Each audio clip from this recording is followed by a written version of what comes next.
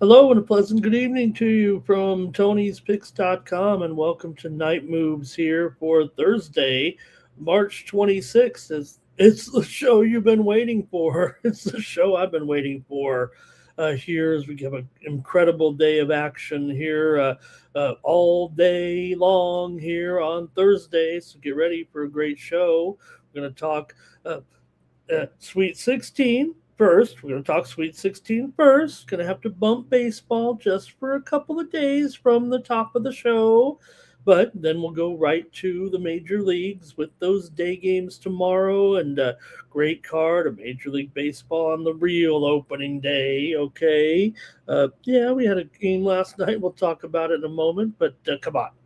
Tomorrow, this is opening day right here. That was opening night there last night with the Yankees clubbing the Giants in a shutout. Oh, you better wake up, Giants. You better get ready for the season. You're sleepwalking here, not ready to go with that offense getting shut down there by the Yankees. Max Fried, their great pitching performance on Wednesday, but we got a full card, a full slate of well, not a full slate actually, but I mean, come on, we got day games on Thursday here to kind of prep us up for the big Sweet 16 games.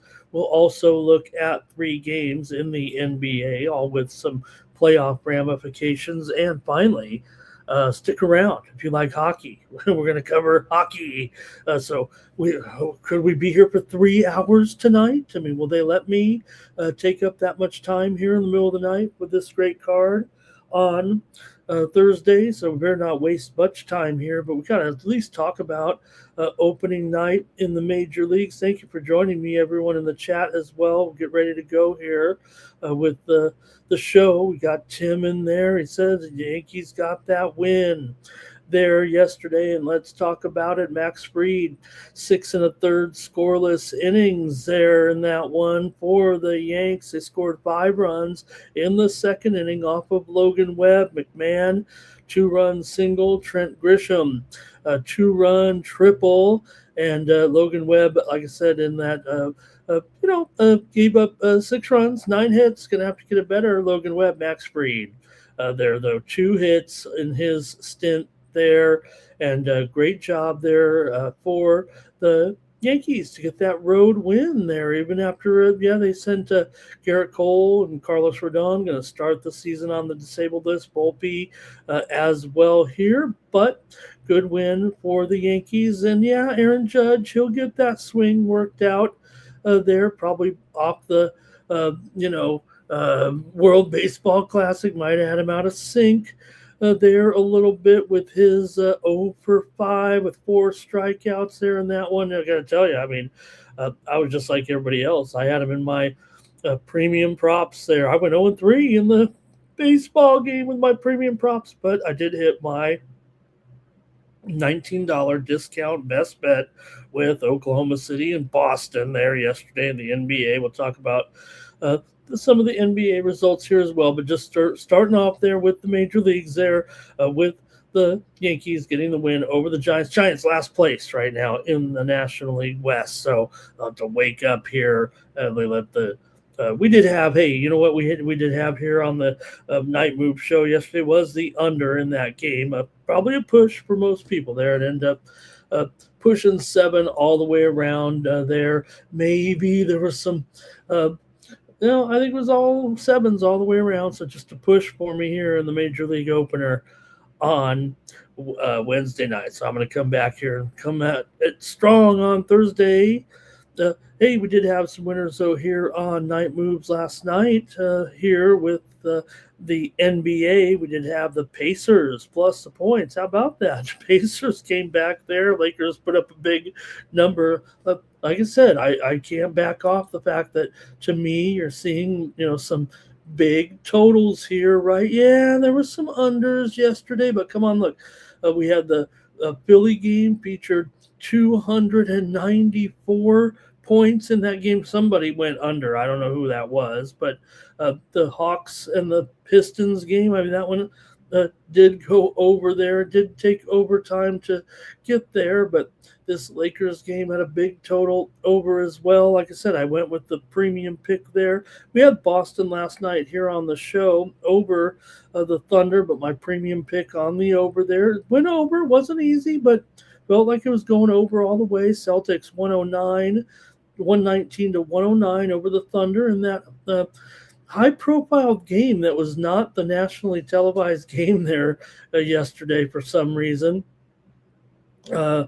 Also, Heat got the win on the road over the Cavs yesterday. We did have night moves. Winner here, San Antonio Spurs crushing Memphis there, rolling over Memphis actually in that one.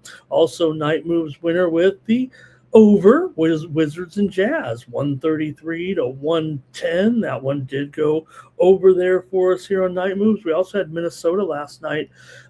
Somehow they got there in a wild one, in the biggest comeback by any team in overtime in the play-by-play era. The Rockets had a 13-point lead in overtime, lost the game to Minnesota even after Naz Reid got ejected from the game. I think Ant Edwards said something, and they thought it was Reid, and he got kicked out. I'm not sure what was going down there, but Timberwolves, another Rockets choke job too, and I think that's the way we kind of described it and perceived it. I was on the drive-through and I did go over in the game and took a loss, but I did explain, that the Rockets have, basically showing a lot of collapse, and they did it again. 13-point lead in overtime, lost the game to Minnesota last night. That has to be a very demoralizing defeat there for the Houston Rockets, especially given how tight they are in the standings, those two teams. Also had a winner here on Night Moves last night with Portland over Milwaukee. They smashed them. We were in that game on the Tankathon there. And also Night Moves winner last night here with NHL with the Boston Bruins there in the game against Buffalo. We had the Bruins here last night on the puck line, and we got it home there over the Buffalo Sabres there for our other night moves winner on the card there. So also NIT night moves winner. We had Illinois State plus the points in their win over Dayton. They led 10-0 early and then held on for the win there. Redbirds never trailed. They shot 66% inside the arc and got it done there, holding off Dayton a little bit there at the end, but they were in the lead all the way, felt comfortable, and Dayton, of course, with that home field advantage, a little bit of a comeback there in that one, but it was indeed Illinois State, and the other game was Auburn beating Nevada there in that one, and Auburn and Illinois State will meet in one of the NIT semifinals there after last night's action. All right, and what else? Let's see, what else went on with Jamal Murray. How about Jamal Murray? 53 points in that Nuggets win over Dallas there. Dallas ends up getting the money, but man, Jamal Murray with a big game there in that one. And can't ignore also, and we mentioned the Pistons and the Hawks with that high-scoring game, but Atlanta led that game by 18 at the half. They ended up winning in overtime, 130 to 129 in that game. So also in the Boston win, that ended Oklahoma City's 12-game winning streak. So as Boston got that win. Okay, great to see everyone here in the chat. Let me say hello to a few more folks here anyway. And who else? Tim M was here, as I showed Tim M's other comment there.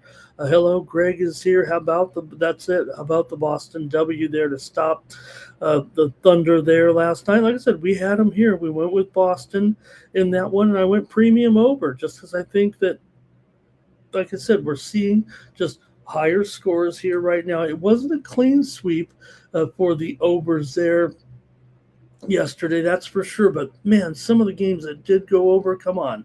Just mentioned that Denver Dallas 277 points in that one. Washington scoring 133 on the road. Yeah, there were some clunkers in there for sure. Memphis is not able to put up very much here right now. And I did try to talk up the over in the Miami game, but we're going to have a good one here. Larry Martin is here, ready to go. He got off work here just for the show. He said, hey, boss, I got to go. Timmy Two Shoes here. Ron Jeff joining me here as well. And let's see. Oh, Larry had the Suns there in that parlay. There was it the Suns? And he said the Celtics beat OKC, and he had the OKC there. Oh, man, he wasn't rolling with us last night. All right, and I think that might be it for a lot of the headlines here. We're just getting ready for the big games, of course, here. We'll talk Major League Baseball, like I said, in just a moment. We'll kick it off with the NCAA tournament, of course. But, again, we got some nice openers here. Top games, Phillies, Texas, Mets, Pirates, Cleveland, Seattle, you name it. Got some big games ready to go here on opening day. And get to the NCAA action here in just a moment. All right, don't forget, you can get our premium picks every day over at Tony's Picks. Like I said, I did bring home my $19 discount best bet with that over in the Oklahoma City-Boston game, but make sure you join us over at Tony'sPicks.com for our premium picks, especially here on Thursday. I mean, come on, we got Major League Baseball all day long. We've got college basketball, Sweet 16. And don't forget, we got some NBA and NHL as well, and some other sports too, man. Golf is underway. We won't cover the golf here at Tony's, but the golf underway here on Thursday with the Houston Open. So if we got the Houston Open, you know what that means. The Masters just 2 weeks away here. Also some great tennis action here. I'll look at the card. I think I might have one or two premiums. They might be on the ladies' side here, but we got some great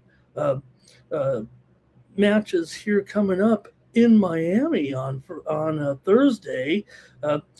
Sinners in action against Tiafoe, kind of one-sided, but you got Zverev and Cerundolo. And on the ladies' side, Coco Gauff and Muchova and Sabalenka and Rabakina. Oh, man, good matches on the ladies' side in Miami. Hey, let's take a look at who's hot over at Tony'sPicks.com. Solo Malone up on top of the handicapper leaderboard yesterday, 5-1 for Solo. Nearly 4 units of profit there yesterday. Damian Sosh, 3-0.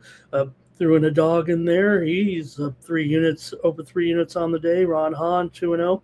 Jorge Gonzalez, 2-1 in there. Brian Bittler, 2-1. Says I'm 1-0 there. I think we just haven't calculated it there. Like I said, I got swept in my props. Oh, man. I was steaming there a little bit because I kind of was rolling with the Giants here, as we talked about it last night. But they were a no-show against Max Fried. That offense could not get anything going there. And I hope the Giants, good luck to them. Justin McKelvey won his only play on Wednesday. Tony T did as well. Shane Mickle in there won his only play. Double Shooty, 2-1. Al Nino's had an underdog winner in there last 7 days. Bo Dunn, man, look at Bo, up over 16 units over the last 7 days. Hey, I'm still up there. It's going to be a little bit less than that after those props, but still showing profit over the last 7 days here at Tony's Picks. Nick Lagaretto, 6 2/3 units over the last 7 days. Mills Young, up over 5 1/4 units over the last 7 days. Ron Hahn, up nearly 4.5 units of profit last 7 days. Tony's Picks VIP account, up over 4 1/3 units last 7 days. Shane Mickle, up over 3 1/3 units last 7 days. Brian Bittler, up over 3 units. Last 7 days, Damian Sauce, Joey Tron in the green over the last 7 days over at Tony's Picks.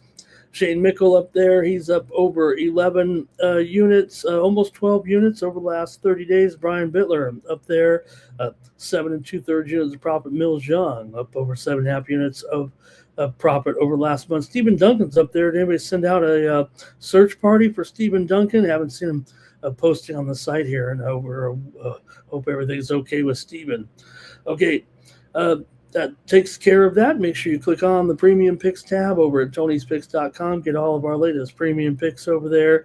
Take a look at the winners and what they have going. Bo Dunn's got his guaranteed best bet for the game between Texas and Purdue tomorrow. Why not roll with me with a 3-day all sports pass this weekend? Join me over at Tony'sPicks.com. For just $99, I'll guide you through the NCAA tournament, Major League Baseball, and more this weekend, Thursday, Friday, Saturday, and we'll keep it winning. You get involved with me on Sunday, too. I'll show you the way, and I'm having a pretty good run here right now, so I'm going to have a pretty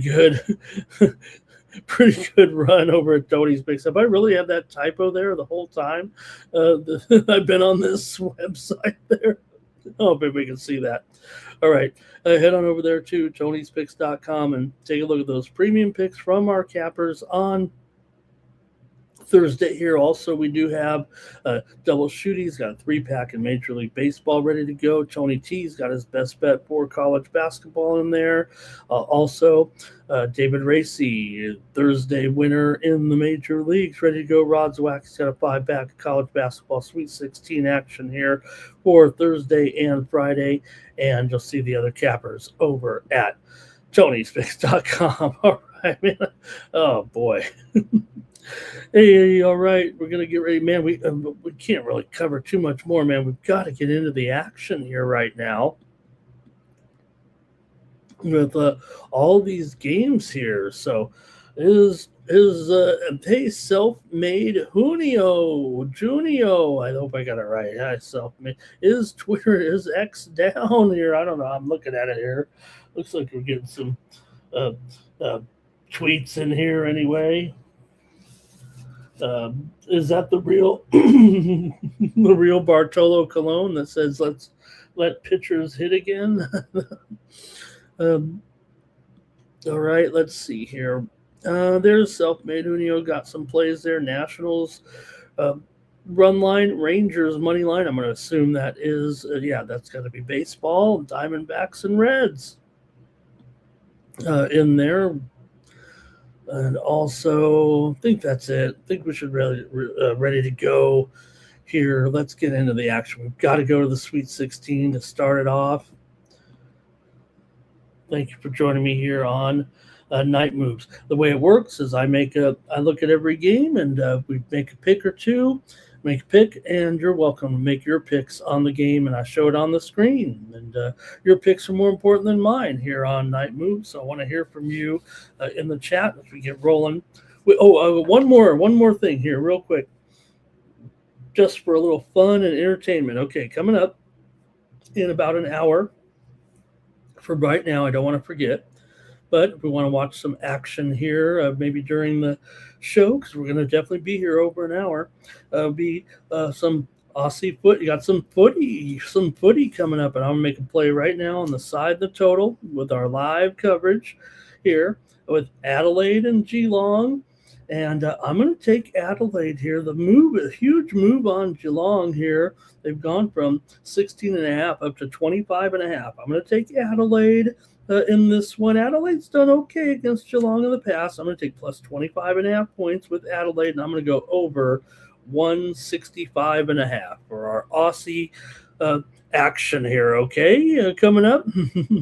This will be in about 1 hour from now.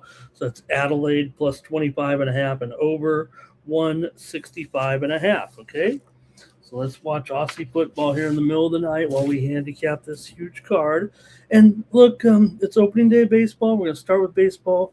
we're not going to go too in depth, especially on opening day. There's not any data points in from this season, but we'll look at each team, maybe just discuss their prospectus, look through the starting pitcher, maybe talk about the bullpens a little bit from last year, whether or not they're going to be improved.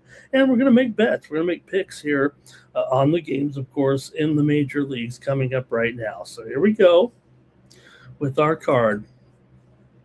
And we're starting in college basketball, however.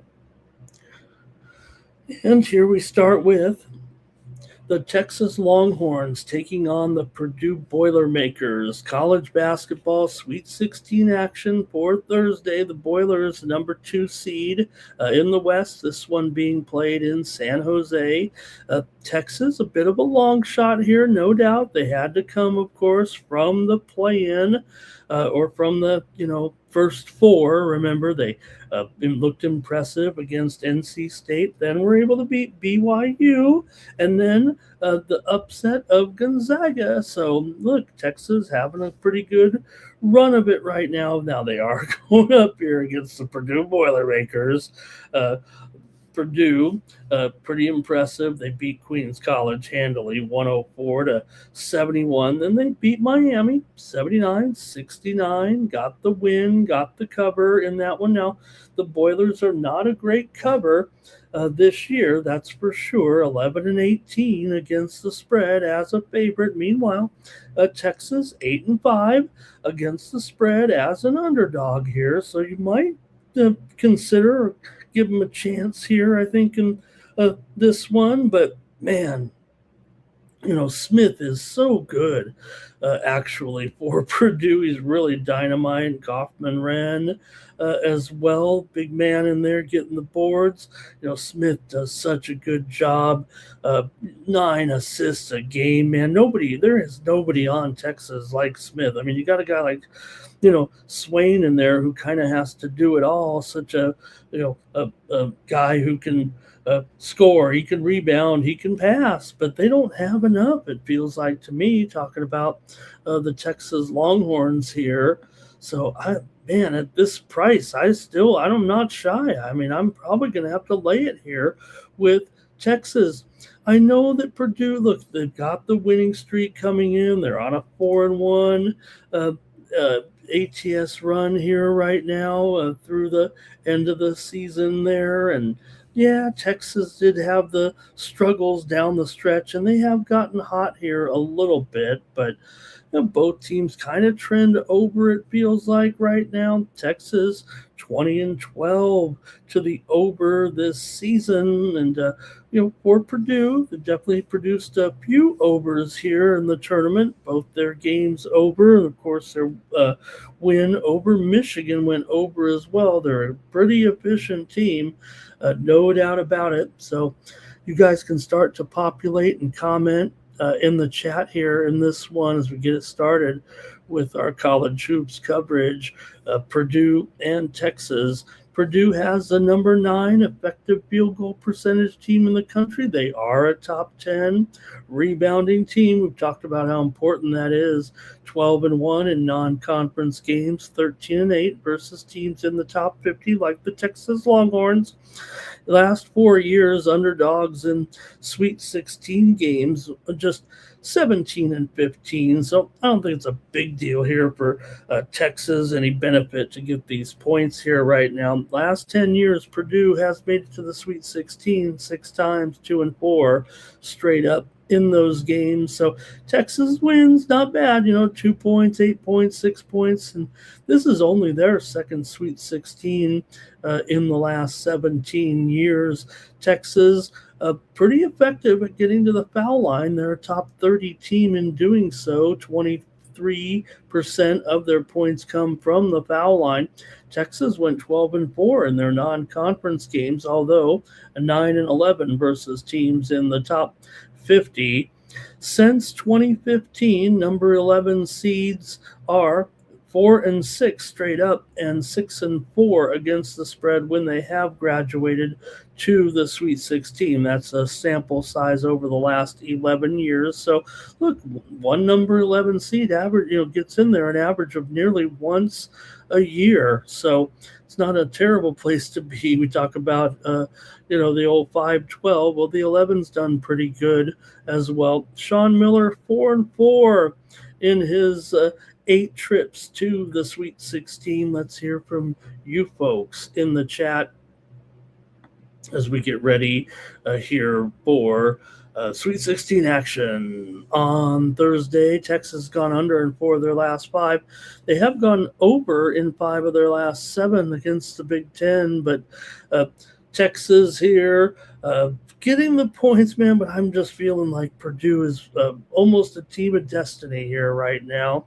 They are 8-2 straight up in their last 10 against SEC competition. Purdue's gone over in 9 of their last 12. Let's go to the chat and see what you have in this one between Texas and Purdue. I want to say hello to Pyro the Reaper. Good to have you here, Pyro the Reaper. All right. And here we go with Timmy. He says, take Purdue. He says they're playing pretty well right now. And Fambo Podcast is here today. He likes Purdue in this one. Timmy says Purdue turns on the Jets in the last 4 minutes. Pyro says take Purdue here on the money line. Larry's going to lay it with Purdue as well. So, look, I got to take Purdue in this one. You guys seem to be on Purdue as well. Like I said, if you're rolling with the spread here, you might consider Texas. After all, they're probably a little bit better cover here between the two teams. You look at those overall records, right? I mean, Texas coming in here, like I said, 8-5 as an underdog, and Purdue just 11-18 ATS as a favorite. But these two teams did meet. It was 4 years ago in a regional in Milwaukee. Purdue won it 81-71. They were the 3 seed in that one against a 6 seed there in Texas, and it finished 81-71 in that game. And Purdue was able to win in that one. They were led in that one by Jaden Ivey, who had 18 points, and Zach Eady had 11. Texas in that game had Carr. He had 20. Carr had 23 points. Marcus Carr, remember him, and Andrew Jones had 17. Remember that team? So I'm going to go ahead and take Purdue here in this one. So is Tim M. Purdue for sure. He says right there, or as he likes to say it, Purdue for sure. I think that says. All right, I'm going to take the Boilers here on Night Moves. Next up, the Children of the Corn.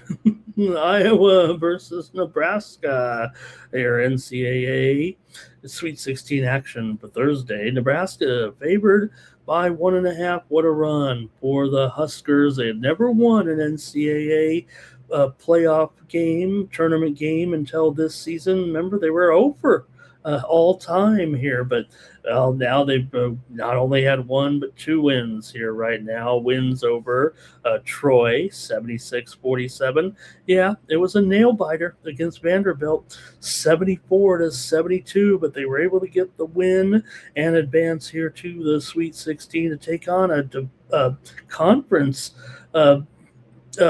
foe here with the Iowa Hawkeyes. So, wow, this would be a good football game, that's for sure. It'd probably be a low score, wouldn't it, with Iowa and Nebraska? Well, guess what?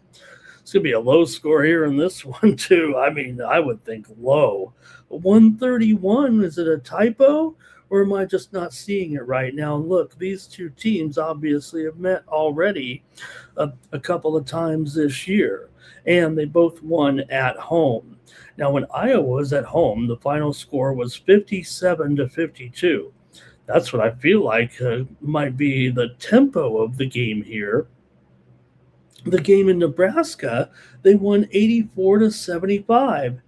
And I don't know if I can I cross the two and say, hey, I want to take uh, Nebraska and maybe it goes under, but is it going to be where hey, it's Iowa here and over? Just depends. But for me, no, I'm not endorsing the side here. I'm going to take the total as my play in this one. But look, Nebraska.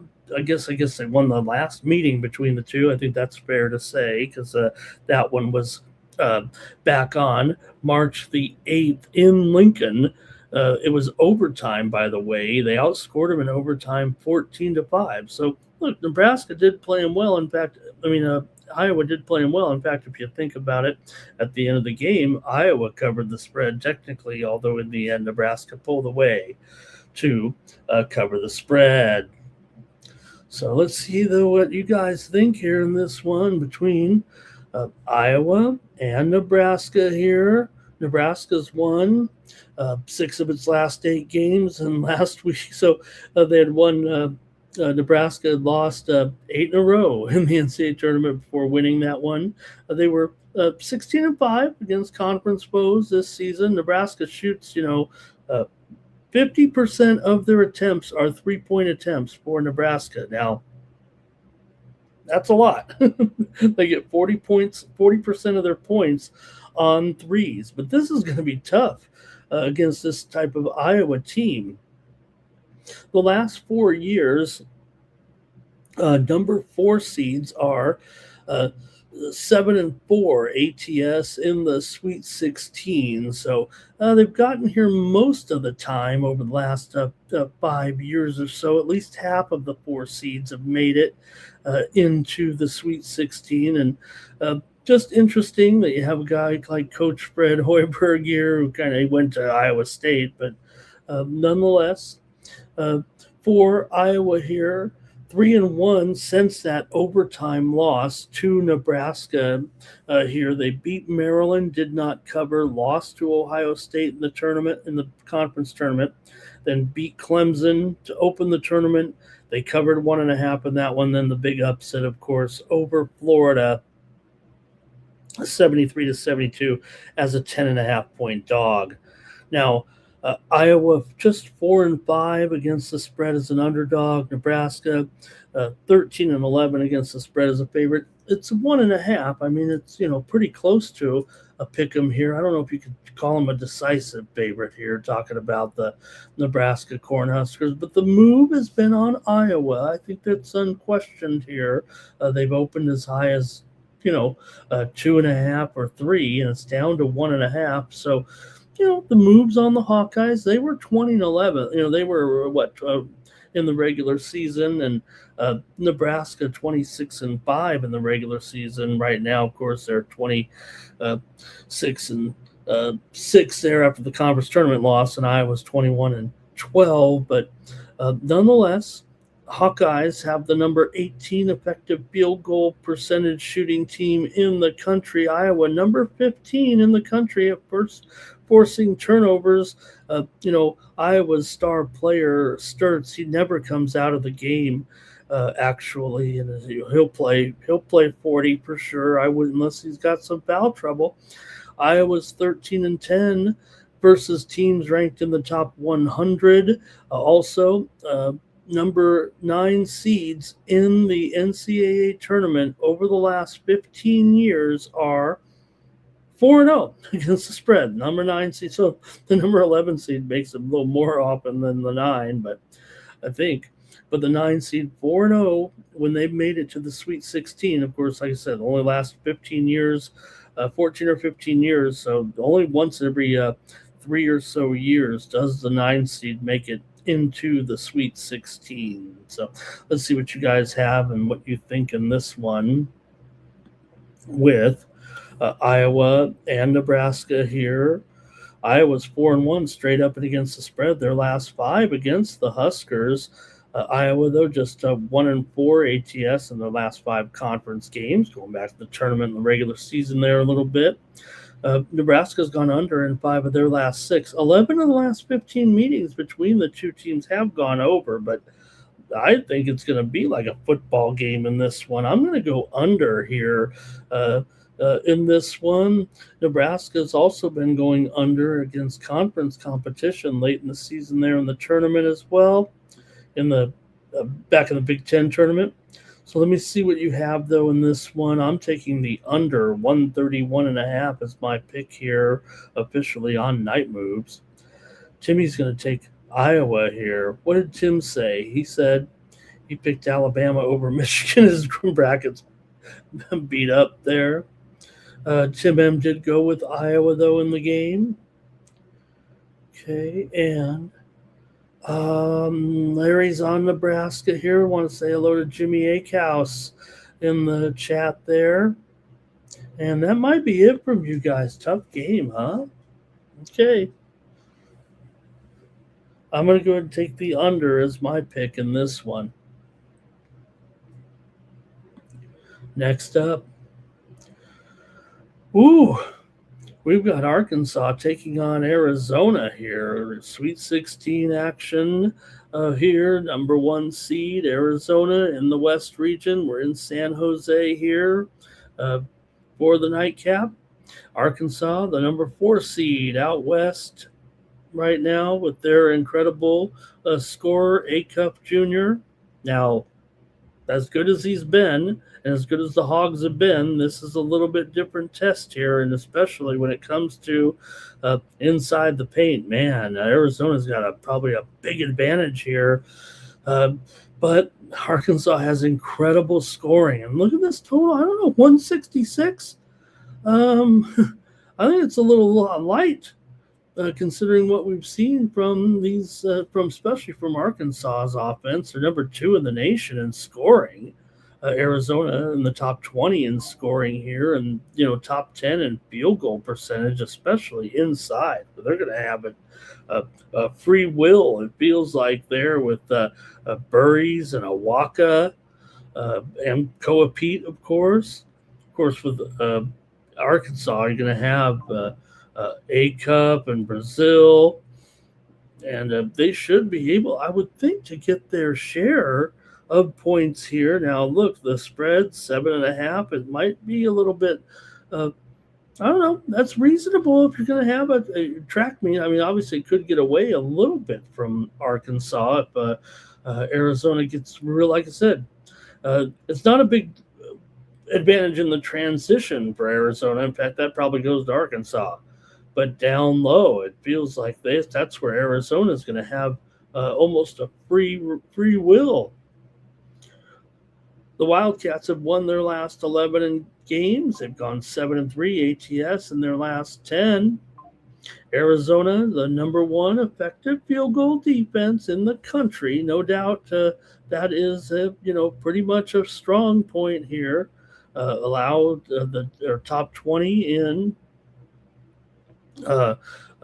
points allowed, and also top 10 field goal percentage defense, but number 1 in effective field goal percentage defense, and they're also a top 50 in effective field goal percentage on offense. So Arizona was hot in their non-conference schedule this year. They went 15-0, and they're also 17-2 against top 50 teams over the last over this season. Last 4 years, number 1 seeds in the Sweet 16 are just 4-9 against the spread. So they're always laying a little bit of tax. Now, Coach Lloyd has made it to the Sweet 16 now. He just rumored today, maybe for the North Carolina job here, but why would you, I don't know, why would you leave Arizona right now? But not right now, you know what I mean, after the season. Carolina's going to need some rebuilding, especially coming up to speed in the NIL era, and in their competition recruiting against Duke, obviously. But Coach Lloyd 0-3 in the Sweet 16 since he's been with Arizona. The Wildcats haven't been to the Elite 8 here in 10 years right now, believe it or not. I'm a little disappointed because I have futures bets on both these teams coming in. I've got 30 on Duke, 30 on Duke to win 120, and 20 on Arkansas to win 1,200. So, which team do I want to win? Might be not uh, what's going to happen here. But Arkansas 11-3 in their non-league games this season. Their losses in their non-league games were by 3 points, 9 points, and 9 points. Razorbacks have allowed more than 75 points in each of their last 12 games. They were 9-8 against teams ranked in the top 50. And opponents, though, look, they do have good statistics defending teams inside the arc, but I just think Arizona is just head and shoulders above, and I think that this is going to be an advantage for them to score. I don't know if it's going to help them cover the spread in this game, but I'm going to end up going here over in this one with Arkansas and Arizona. I'm going to take the over with these two. Coach Cal, by the way, 9-3 in his career in the Sweet 16, although it has been since before the pandemic. Last time he won a Sweet 16 game. And Arkansas, they've been here before in the Sweet 16, obviously even recently, and split their games when they've gotten to the Sweet 16. Let's go to you guys in the chat, see what you think here. Arkansas and Nebraska. Arkansas has gone over in 9 of their last 11, including 5 of their last 6 against Big 12 competition. Arizona 4-1 against the spread in their last 5. They've gone over in 4 of 6, and Arizona's covered 5 of their last 6 against SEC opponents. Okay, here we go with any picks in this one from the chat. I don't know if there is. Tim M does like Arizona by a decent margin. Pyro says Arizona on the money line. Timmy says Arkansas first half, that they can come out on fire, maybe over in the first half. And Tim says he was concerned in that Duke performance against Siena, talking about tomorrow's games there, I think. And Jimmy says trying to avoid Arizona putting it together in the last 10 minutes. Okay, I'm going to go over in this one with Arizona and Arkansas. Give me the over here on Night Moves. All right, let's go here to late night.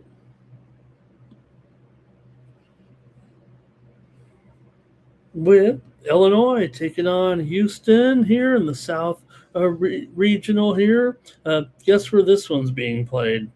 At the Toyota Center in Houston.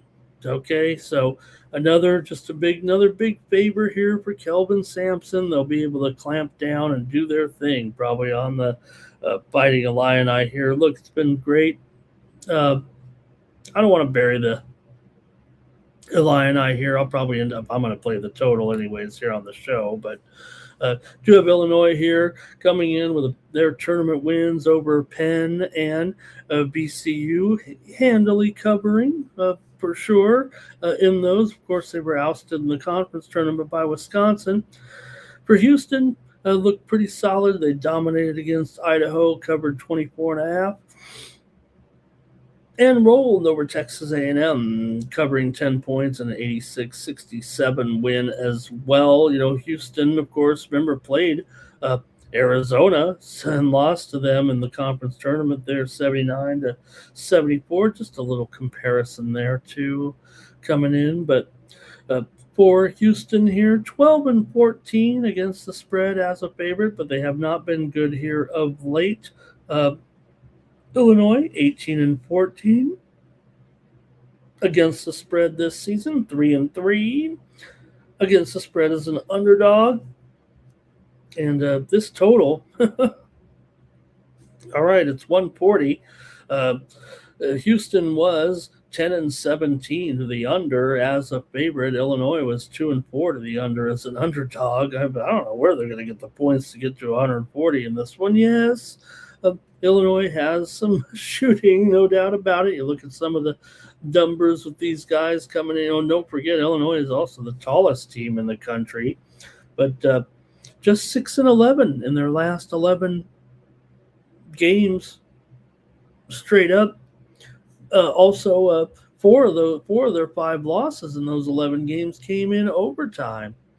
Illinois just 8-8 versus teams ranked in the top 50, and 2-5 in the last 7 games against top 50 competition. They did go 11-2 in non-conference games. Illinois shoots 50% of their shots from three-point range. They're number 15 in the country in that category. 39% of their points come from threes, the top 25 in that category. And the Illini shooting 35% from three, and that is not great considering those other numbers. So they shoot too many threes. I mean, I think that's obvious here. They're not quite as effective as they should be with that 35%. That's only a top 120, I think, here, 115 coming in. So Illinois was in the Elite Eight 2 years ago, but man, I tell you what, Houston here, close to home.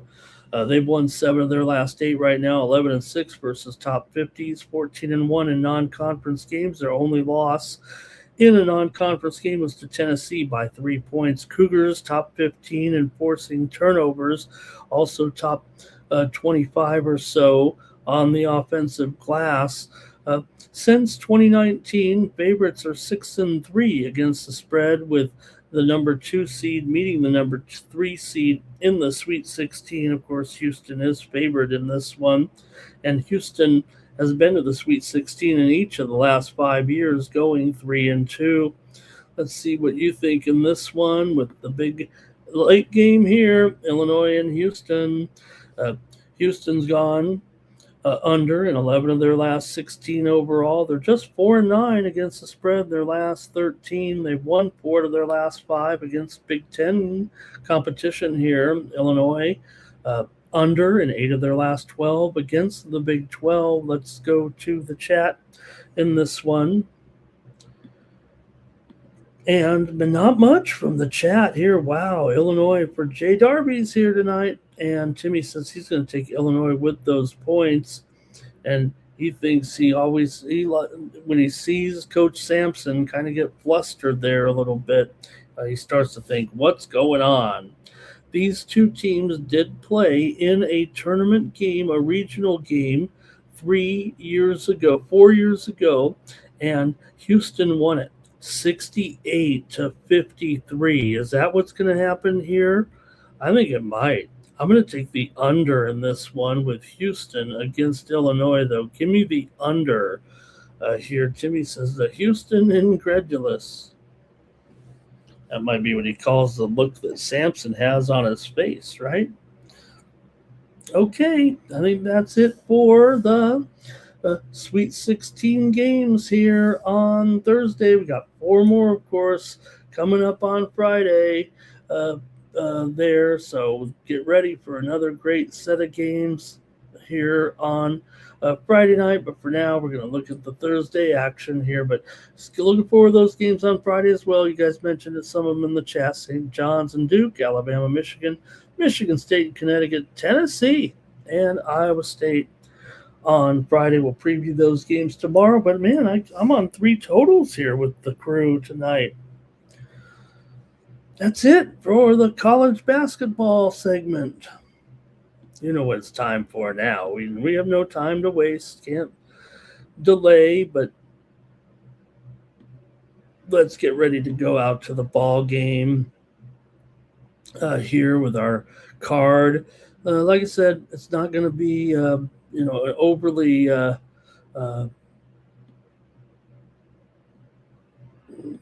we go. Let me see. There we go.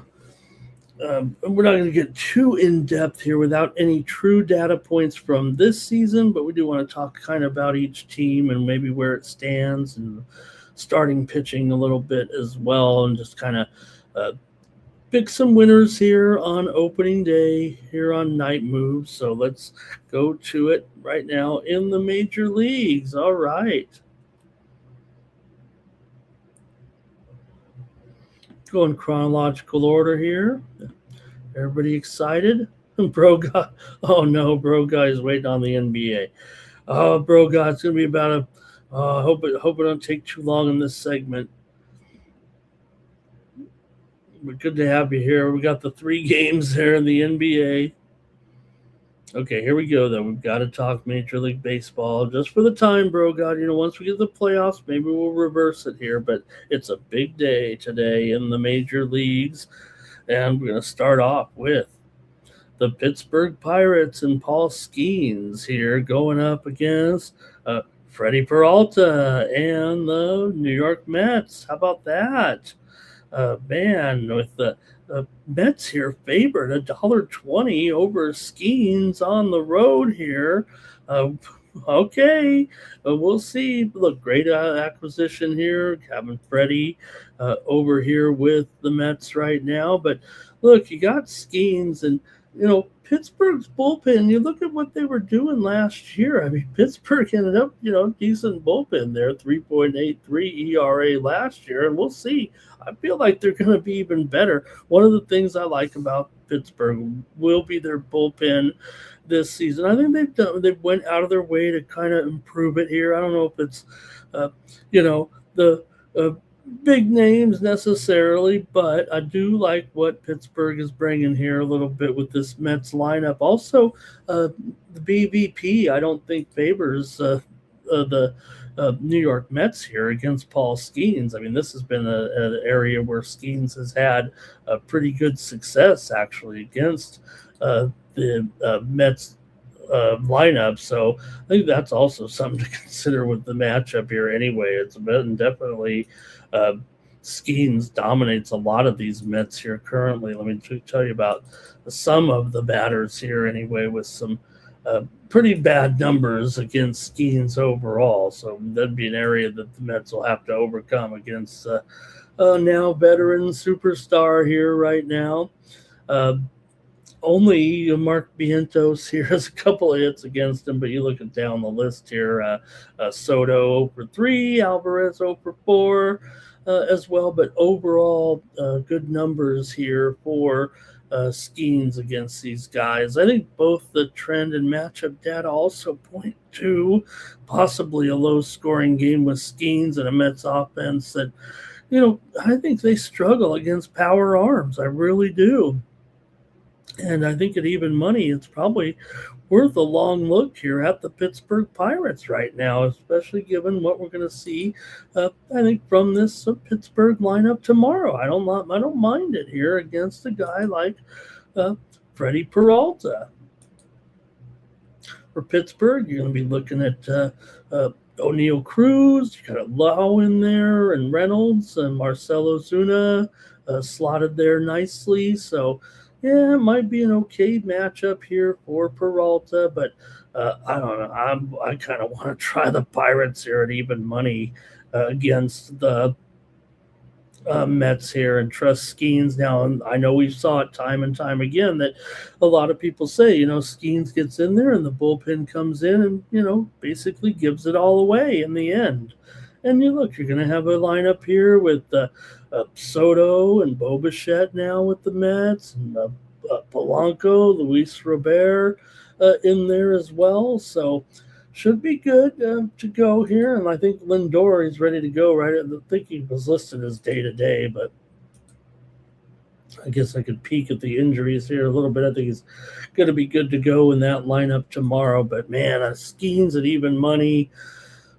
With opening day style here. Let's see what you guys have in the chat. I think I want to kind of ride with Skeens here, but let's see how you have it in this one. Pittsburgh has beaten the Mets in 4 out of the last 5 meetings between the two, although the Mets have won 6 of the last 7 at home against Pittsburgh. So maybe a little contrast in styles there. Pittsburgh did win the last 4 meetings between the two teams last season, but they wrapped up their season series by mid-season last year. Okay, let's go to the chat.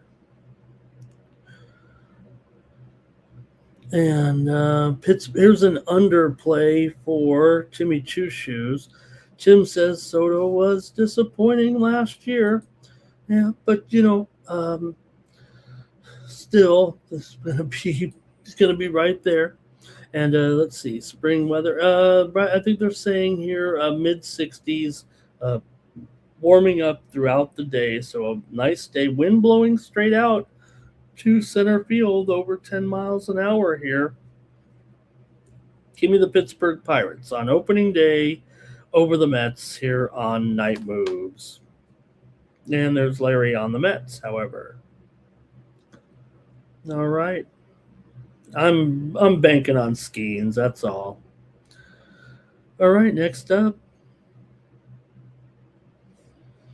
There you got the White Sox here. Shane Smith going here. He gets the honors of an opening day for the White Sox. How about that? So, fifth consecutive year, the White Sox have a different opening day starter, and you got Smith, who had a good rookie year, 3.81 ERA, 1.2 WHIP, over 29 starts. So, look, he's not anybody else's ace, but I think he's the White Sox guy here, at least on opening day. Probably won't get a lot of wins here this season, but going up against Jacob Mizorowski here, who, he gets the opening day start here for the Brewers, and a great first year there last year for Mizorowski. Got off to an incredible start, remember. Went 5-3 with a 4.36 ERA. 87 strikeouts, 31 walks, over 66 innings in 15 appearances, and probably have a pretty big year this year. Hopefully, he's all that, and elite strikeouts for sure here in this one. And he's $175 against the White Sox in this one. So, see what you got here. Look, I think if anything, you're going to have a little bit of a possibility here with Smith here in this one. Good numbers there, but let's see what you have. I think both teams kind of would look to, I think it feels like an under here in this one. And last year, I mean, the Milwaukee bullpen, I mean, it wasn't their fault necessarily. 3.63 ERA last year for that Brewers pen here. The White Sox were kind of on the other end of the spectrum, of course. Although I thought the numbers were pretty good, 4.16 ERA overall here. So let's see what you got though in this one with the Brewers starting out the season. Maybe they can get a run line here, but let's see what you have in this one. Go to the chat here with these two. Oops. The White Sox have lost 8 of their last 9 games to the Brewers overall. 5 of the last 7 meetings between the two teams have gone over. Okay, let's see here. Timmy says he likes the under here. Okay. Man, everyone's real timid on opening day. I get it here. I understand. I get it here to start the season. Everybody wants to have maybe a little bit more info here. Oh, there we go. Larry's on the Brewers here in this one. All right. And I'll make my call here in this one with Milwaukee and the White Sox. I got to go under here in this one. I'm going to go under with Chicago and Milwaukee at 8 runs.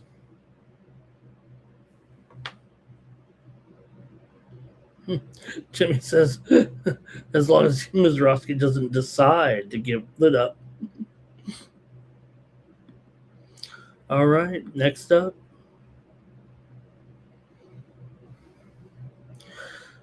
Washington Nationals, a big underdog on the road against the Cubs here. Matt Boyd comes in here minus 225 or so against Cade Cavalli going in this one here for the Washington Nationals. So you got Cavalli here, looking at what he's up to here. Look, really had a good spring training. Cavalli closed out spring training, 5 shutout innings, 3 hits, 0 walks, and 1 strikeout against the Mets.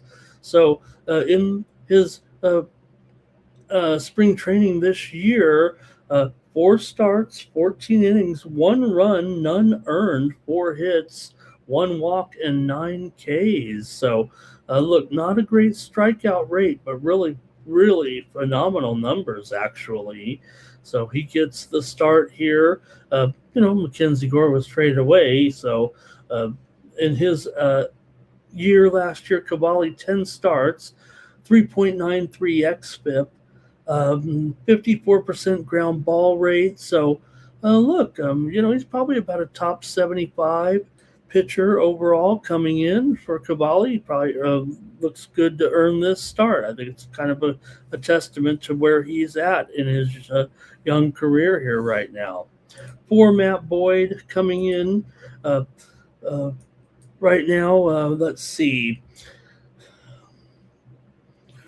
Last year, 14-8, 3.21 ERA, 1.09 WHIP. He was an all-star, of course, 154 strikeouts and 179 and two-thirds innings in 31 starts. So, obviously, we know a very solid season for the left-hander. Real good here last year, and did pitch, remember, in the World Baseball Classic there as well, if you remember, against Mexico. Allowed 3 runs and 5 hits in 2 1/3 innings, but he knows how to keep these guys off balance here. He's not going to get a lot of strikeouts, but you got to trust that this 220 line isn't awful here at this point. See what the Nationals lineup really has to offer, but look, it's not going to be a great matchup for some of these guys, for Woods, for Abrams, for Lyle in there. This is not a good matchup against Matt Boyd. Meanwhile, for the Cubs, look, I think they might be a little thin on this lineup here coming in, right? Right now, let me see. I thought there was some. Let's see here. Bregman, obviously a good matchup for him. Nico Horner as well will probably have a good matchup. Swanson as well. Kind of neutral here on PCA. Of course, he signed that big contract yesterday, $115 million over 6 years. Wow, PCA got paid yesterday, didn't he?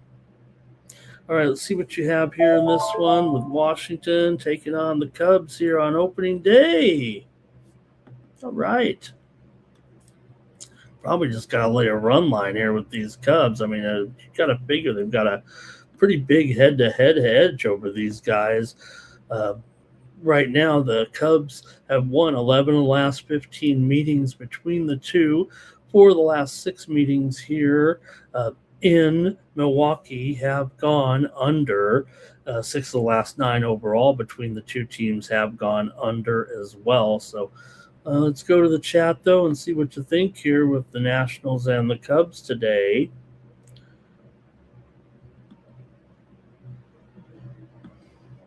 Okay. Hey, Big Zach, nice to see you in there. And Larry says, got the hometown Cubs on the money line here all day. And Timmy says, we expecting Boyd to come out cooking here against this Washington team? Look, it does feel like a pretty distinct advantage here right now. You got to have a lot of questions with this lineup, maybe even this matchup overall here, it feels like right now. So I'm going to go under here. I'm going to take another under here in this one between Washington and the Cubs here. By the way, I mean, we're in Chicago, so we better mention the conditions here.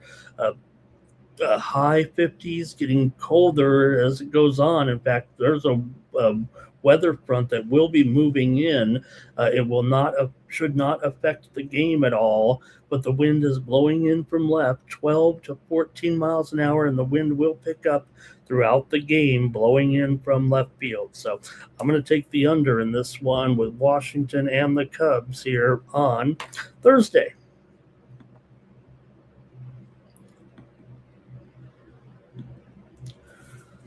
All right, we're still in afternoon action, although it is 3 p.m. out east and 12 out west when Minnesota takes on Baltimore here, and Governor Joe Ryan on the mound for the Twins going up against Trevor Rogers, the left-hander here for Baltimore. Feels like a pretty hot pitching matchup actually between these two hurlers.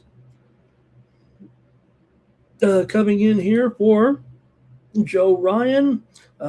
Gets the start here. Look, he was an all-star there last year, 13-10, 3.42 ERA, 3.74 FIP, 103 WHIP, 194 Ks in 30 starts and 171 innings.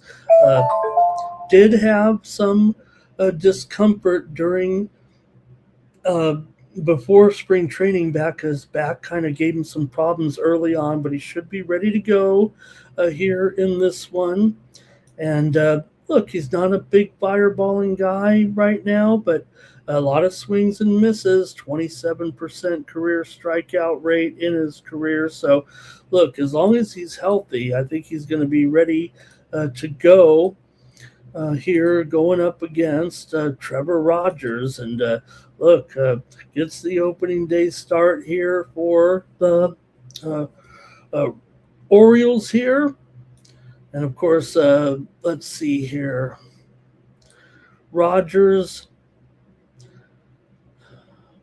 9-3, 1.81 ERA, 109 innings over 18 starts last year. So, good numbers here for sure. A big upside here possibly for Rogers this year. Let's see how you guys have this one between Minnesota and Baltimore starting off the season. Minnesota's won 6 straight games against the Orioles. Overall, 4 of the last 6 games between these two teams here in Baltimore have gone over. So let's see what you think, though, in this one. And take a look at some of these lineups anyway. It is a tough matchup here for sure with this Minnesota lineup here against Rogers. Real tough for guys like Wallner in there and Larnach. Man, it does feel like this is a pretty decent situation for the left-hander here. I'm kind of neutral on the matchup for the Orioles bats against Minnesota here. Let's go to the chat, though, and see how you have it with Minnesota and Baltimore here on opening day.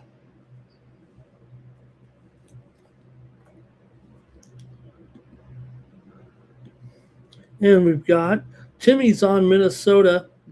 He doesn't think Baltimore should be 1-4. I'm taking Baltimore, though. I got to be honest here. Give me Baltimore at minus $1.40 in this one.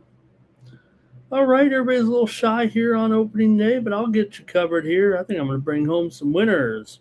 How about the Angels taking on the Astros here? Daytime action in Houston.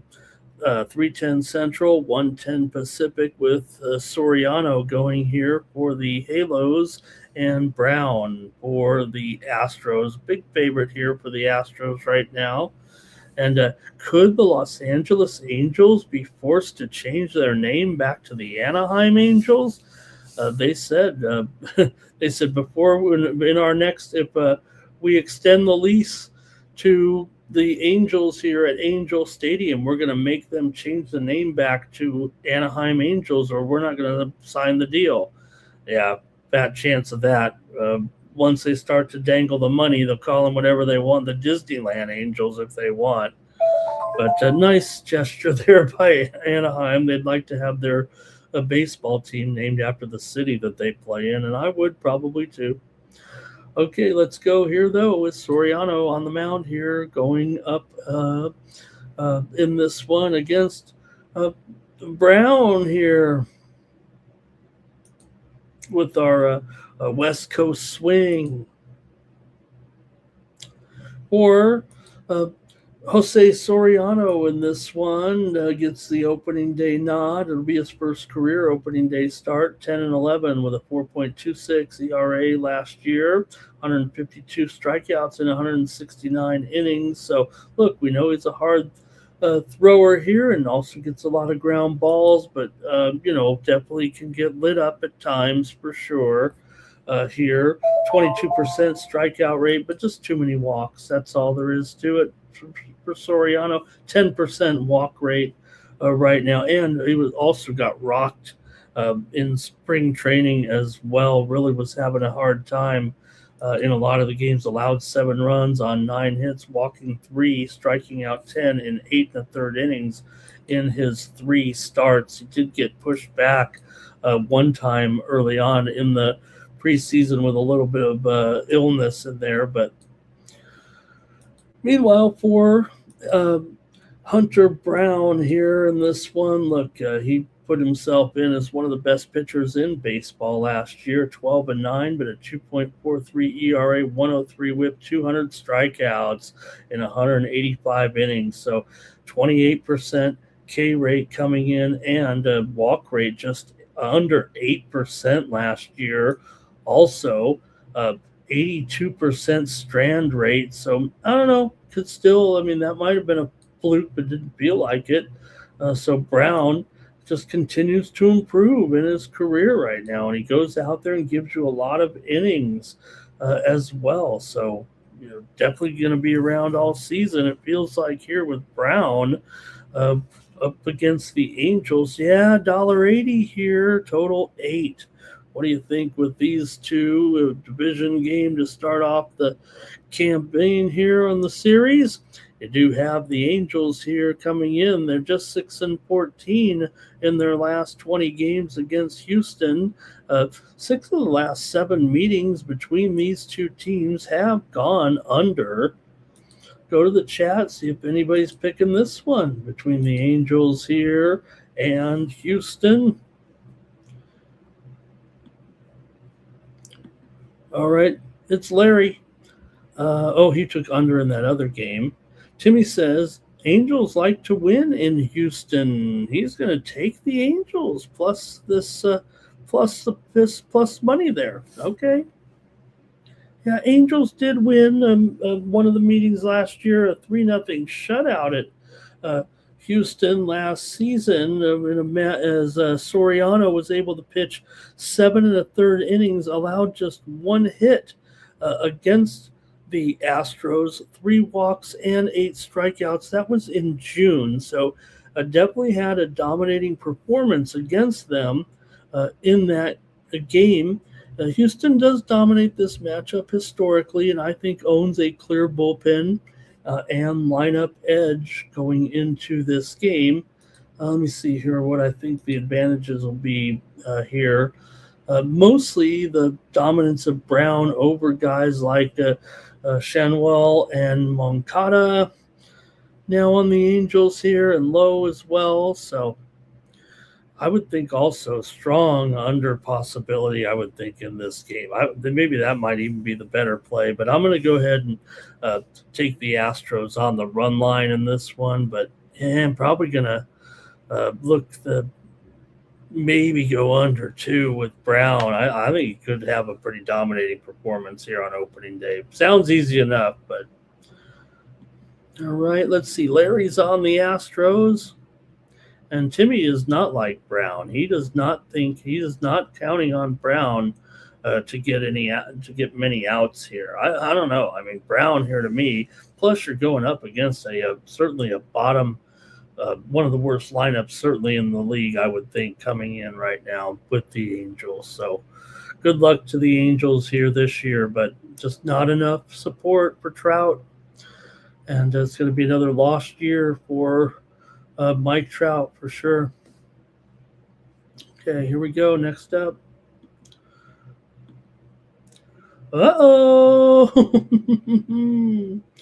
Okay, it's going to be the Tigers against my Padres in this one. Nick Pivetta gets the start. At least the Padres can start out here with a little bit of a chance against Tariq Skubal. I don't know how much of an advantage it's going to be for the Padres, or at least being able to try to match them here. But interestingly, the Padres here up for sale, and it was announced yesterday that the owner of the Detroit Pistons may be in the mix now here.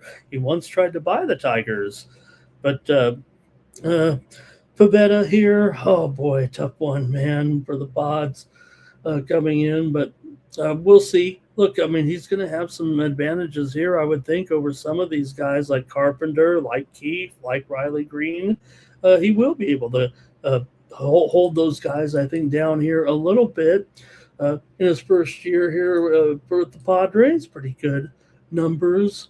Last year, 13-5, 2.87 ERA, 0.98 WHIP, 190 strikeouts, and 181 innings, 31 starts. So, he struggled in the spring, but I'm not going to worry about that with a guy like Pavetta. He allowed 11 earned runs, 4 home runs as well in 12 innings of Cactus League play. Did have some arm fatigue, but should be fine for a full workload here in this one against this strong Tigers offense on opening day here at Petco Park. Now, Tariq Skubal should have a complete and dominant advantage over this Padres lineup on opening day, especially guys like Cronenworth, Jackson Merrill as well, and Gavin Sheets. So, didn't quite work out the World Baseball Classic, but not too worried about what's going to happen here during the regular season with Tariq Skubal right now going up against this Padres team.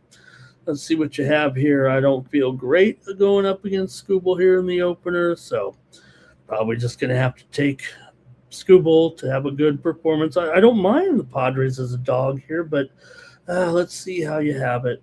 Anybody in the chat going to make a pick with me here in this one? And we've got Timmy is going to be on the Tigers here. I think I'm going to be on the Tigers. I'll take the Tigers here, but I think we'll see a pitcher's duel for sure. I think Pavetta is going to have some success as well. Give me the Tigers, though. I'll take them here against my Padres. And But I do think we're going to see these two pitchers sailing along really here in this game. I think mowing them down will be the call here, I think, in this one throughout. Detroit has lost 5 of the last 7 games here when they played in San Diego. 5 of the last 7 meetings between the two teams have gone under here.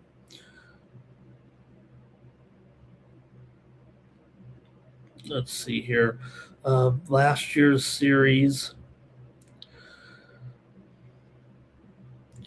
was 2-1 Detroit. They played the series in April, and 2 of the games were shutouts, by the way.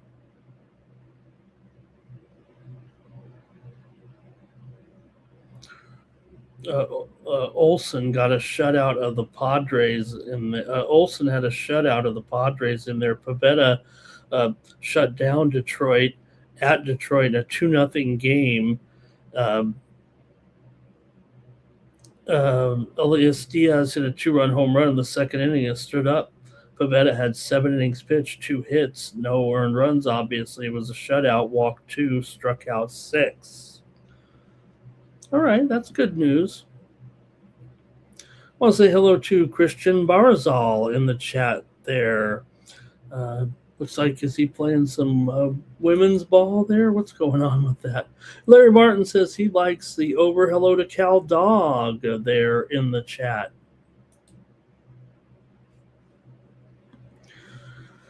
All right, let's keep it going here with Major Leagues. We're doing good right now. We got the Red Sox taking on the Reds. How about that? Reds, they don't even let them play the first game of the day. I already complained about that. But, well, that's okay. This one will be at 4:10 Eastern, 1:10 Pacific time here. A couple left-handers, Garrett Crochet and awesome Andrew Abbott. Here with Crochet, a big favorite on the road here with these Red Sox right now. Look, I think it's going to be a pretty decent matchup. I mean, Reds lineup's not going to be that great here, but they are going to throw out some guys here who might be able to have a okay matchup. McClain, De La Cruz, Stewart, Suarez. I don't mind the matchup necessarily here, but no doubt. $1.65, really? Meanwhile, for Abbott here, he should have an okay, maybe even a decent matchup here with guys like Roman Anthony, with uh, Duran as well, and Will and Abreu. Sounds like the World Baseball Classic in there a little bit. Some of the names in this one, but man, $1.65 right now. I mean, this Reds team, aren't they going to be at least a little bit improved this year? See what you think here in this one. And now for Boston here, they've won 4 of the last 5 games against Cincinnati overall. 7 of the last 8 meetings between these two teams when they have played in Cincinnati have gone under, and 14 of the last 20 games overall between these two teams have gone under. But let's see how you have it here with Boston and Cincinnati, at least coming into this one. I think Boston should have a bullpen edge this in this game in this season here. The way these two teams look, I think looks like more unders here for me. I don't know. Let's see what you've got here. Maybe hey, opening day, you've got to at least think under on opening day, don't you? Here, and also, what did you guys think of ABS on opening day? It was funny when who was it when Judge was up? Or was it the first batter of the game? I'm trying to remember. There was a sequence of, it was Judge, right? The second batter of the game when he was up, and the second pitch of the game could have easily been challenged. And then it was like they didn't challenge. Judge could have challenged one. Webb could have challenged one. They both kind of passed, right? They both kind of like showed the respect there a little bit. But all right, let's go with it here. Boston and Cincinnati for Garrett Crochet here. Crochet last year, 2.59 ERA, 2.89 FIP, 103 WHIP. Man, these were good numbers here. 32 starts, so very durable, had no problems there. Don't forget his run in the postseason as well, the great performance against the Yankees. So, he did give up some home runs playing at Fenway Park, and, maybe in Cincinnati here, we'll see. But look, I mean, when you can hold opponents to a low batting average like Crochet can, and 37% hard hit rate, I mean, that is pretty good, no doubt. Don't want to slight him here. But Abbott can have a good matchup here as well, getting the opening day start. So first one here, Hunter Green with the elbow issue would have been probably the starter, but unfortunately, he won't be able to make it right now. Abbott, 2.87 ERA, 1.15 WHIP, 29 starts last year, and pretty good here for Abbott coming in. I mean, he's got to be about a top 50 pitcher or so, feels like, in the league right now. So kind of want to give him a chance here against this Red Sox team, more so against this Red Sox lineup right now. We'll see. Look, it should be a decent lineup here, but again, I think Abbott against those key bats, Anthony, Duran, and Abreu, could have a decent matchup against them. It feels like. Let's see what you think though with this matchup. I'm going to go to the chat, see if they have anything here. We're starting to pick up the pace a little bit with the chat here. Timmy likes the under here in this one. How about Larry does like the Red Sox on the money line, of course. Crochet, what can you say about this guy, though, huh? Okay, Reds, though, for CalDog. And let's see here. Nobody liked the Netflix there. No nerfy yerpies going on just yet. All right. Hey, I'm going to take another under here in this one. Give me the under with Red Sox and the Reds here with Crochet and Abbott, okay? Rangers and Phillies here. Nathan Eovaldi on the mound here, going up against Christopher Sanchez.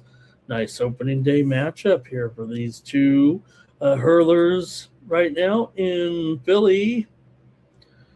And this one is at 4:15 Eastern, 1:15 Pacific time here. So, look, probably not a great matchup necessarily for Eovaldi going up against this Phillies lineup, but also, it's maybe kind of neutral actually, because it could be a little bit tough against Eovaldi for the Phillies here. Now for Sanchez, it feels like he should be okay against guys like Nimmo, like Seager, in there also. Josh Smith, it should be a good matchup here for Christopher Sanchez. Let's see how you guys have it here with these two. Nice day here. Wind blowing out to center, though, 13, 14 miles an hour in this one. So let's see what you got with Texas taking on Philadelphia here. Texas has lost 6 straight meetings to Philadelphia overall. 5 of the last 7 meetings between the two teams have gone under when these two teams have faced off here. Like I said, to me, I think under here, man, could I be going with another under in this one? I don't know. Let me take a look here. For Eovaldi, anyway, let's talk about the pitchers here coming in at least. So Eovaldi here, look, they had considered maybe going with another starter, with Jake DeGrom possibly could have been the starter here, but Eovaldi, 3rd year in a row now for Texas, 1.73 ERA in 22 starts last year, just a 0.69 home runs per 9 innings and 50% ground ball rate. So, I mean, come on, he's still going to be one of the top 35 or 40 pitchers in the league here for Nathan Eovaldi coming in. Meanwhile, for Christopher Sanchez here, watch out. He just signed for the big bucks too the other day. 6 years, $107 million there. So all the way through 2032 now. So tacking on some more money here for Christopher Sanchez.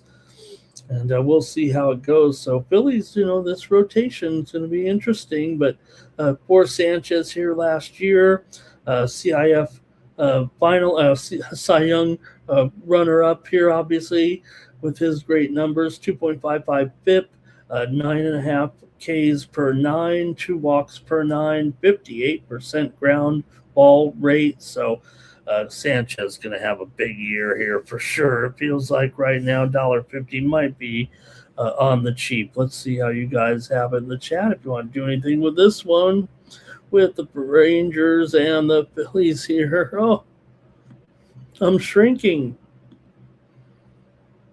Okay, here we go. Hey, you want to say hello to Jamal Giuseppe in there. He's taking a play on the Reds game back there.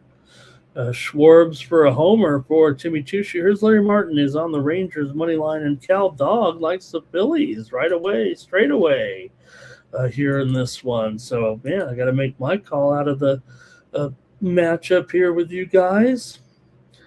Man, I might have to take another under here with these two, it feels like right now. Give me the under here with the Rangers and the Phillies. I'm going to start off with all unders, it looks like, today. How many we got here on Night Moves? 5 so far? Oh, boy.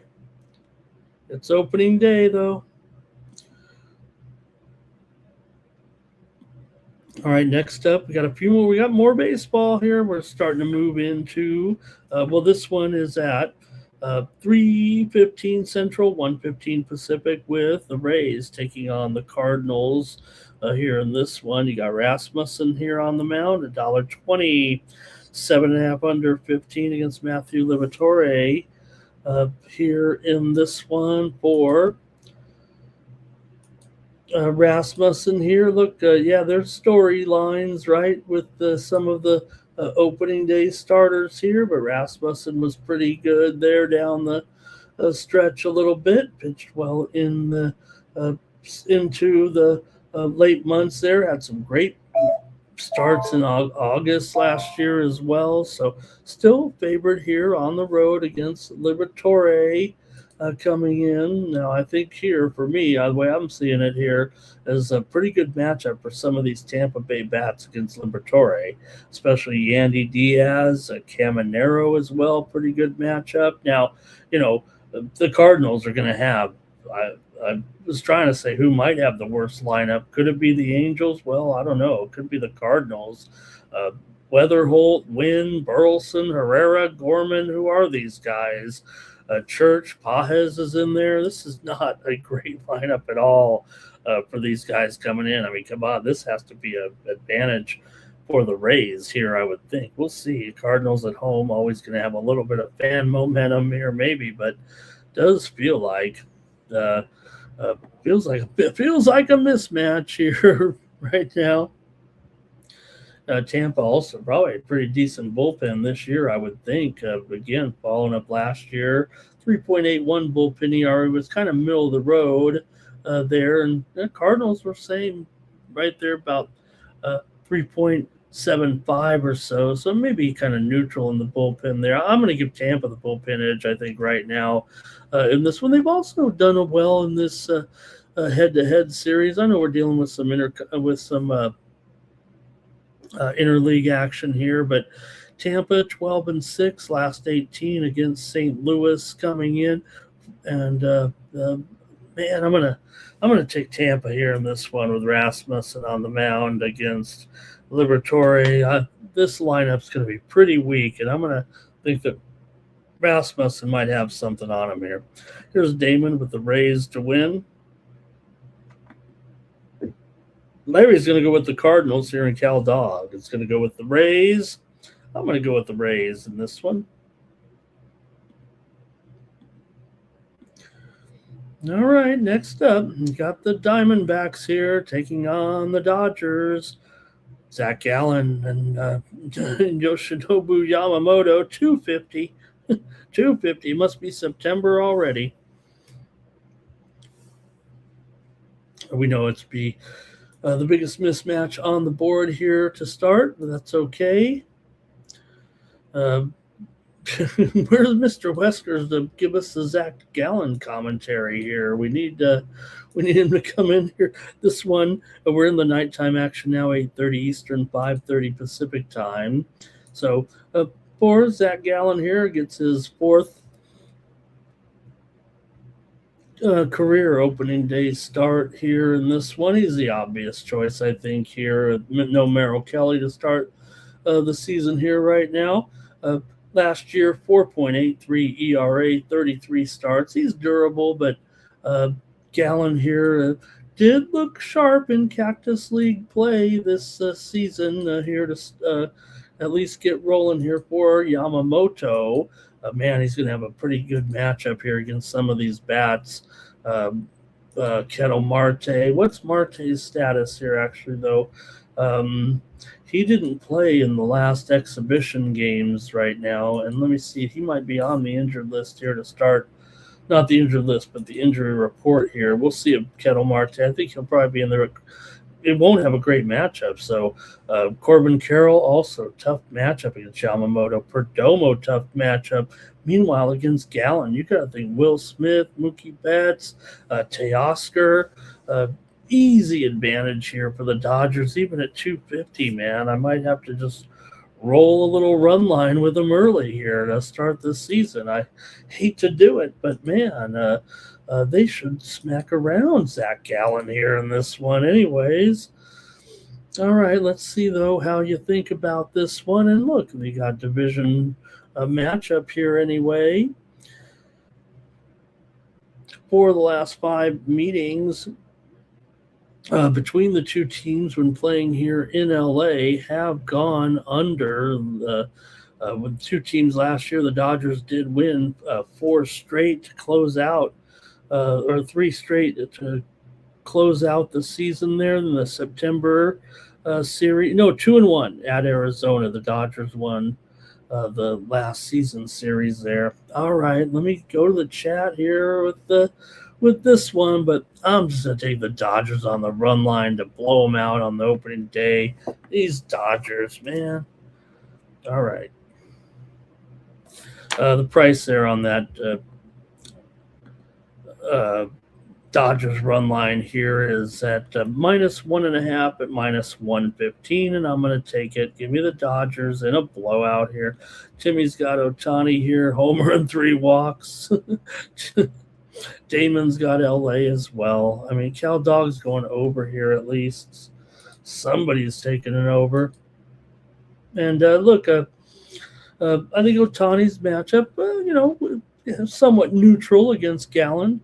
I don't mean overall, but okay, team total over here for Timmy Two Shoes. Now we're picking up here. Larry says Dodgers money line and go under in this one. All right, I think I've got one more here. That's it for baseball. Got a late night here. Guardians and Mariners in Seattle. Man, pretty good meeting here between the Guardians. Tanner Bybee going up against this Mariners lineup. That's not a terrible disadvantage for Bybee here as he gets the start. Going up against Logan Gilbert here for Bybee, 4.24 ERA. Their last year, 12-11 record.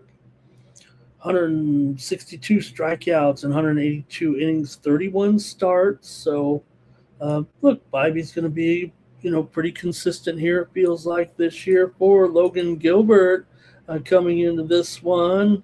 6-6 and 3.44 ERA, 103 whip, 173 strikeouts in 131 innings, 25 starts last year. So, look, maybe it was a little bit of a down year for him last year. It might have been better, but he had, an elbow issue and missed a month of pitching last year. Still had a 32% strikeout rate, and he's going to give you a good solid effort every time out there. Whether or not it's worth $1.85 right now to start, let's just see here. I mean, this Cleveland lineup here, not the best matchup for them against Gilbert. I mean, Cleveland right now probably coming in. I don't know if they're a bottom 5 lineup, but behind Stevie Ray Kwan, you've got Valera. I think Valera is actually out here right now, starting the season on the injured list. I believe they announced it here a few weeks ago. So, but Ramirez, Manzardo, tough matchup here, it feels like, against Logan Gilbert. Let's go to the chat, though, here and see what you guys think in this one. Cleveland lost 4 of their last 6 against Seattle overall last year. Okay, here we go in the chat. Guardians for Cal Dog, Timmy Tushu on the Guardians. Want to say hello to Hale UT Seg. Hale Seg, hi. Hope I got that one right. I'm sorry. All right, and Timmy says some of these teams just too big of favorites. He wants to kind of take some dogs here on opening day. But you know what? I think, Timmy, look, sometimes I think you still got to roll. I mean, when it all leads up, right, in Major League Baseball, in your whole team, right, we know that during the season, while the aces are still going to pitch, sometimes the bullpen has a little bit of mix in there. Maybe some of them have been used. Maybe the batting on opening day, everyone has their best in there. And if anything, it's best almost to go with those underdogs on the next day because you go downgrade in pitching. Already we're starting to mix it up a little bit, and the favored teams often win those games, and it allows for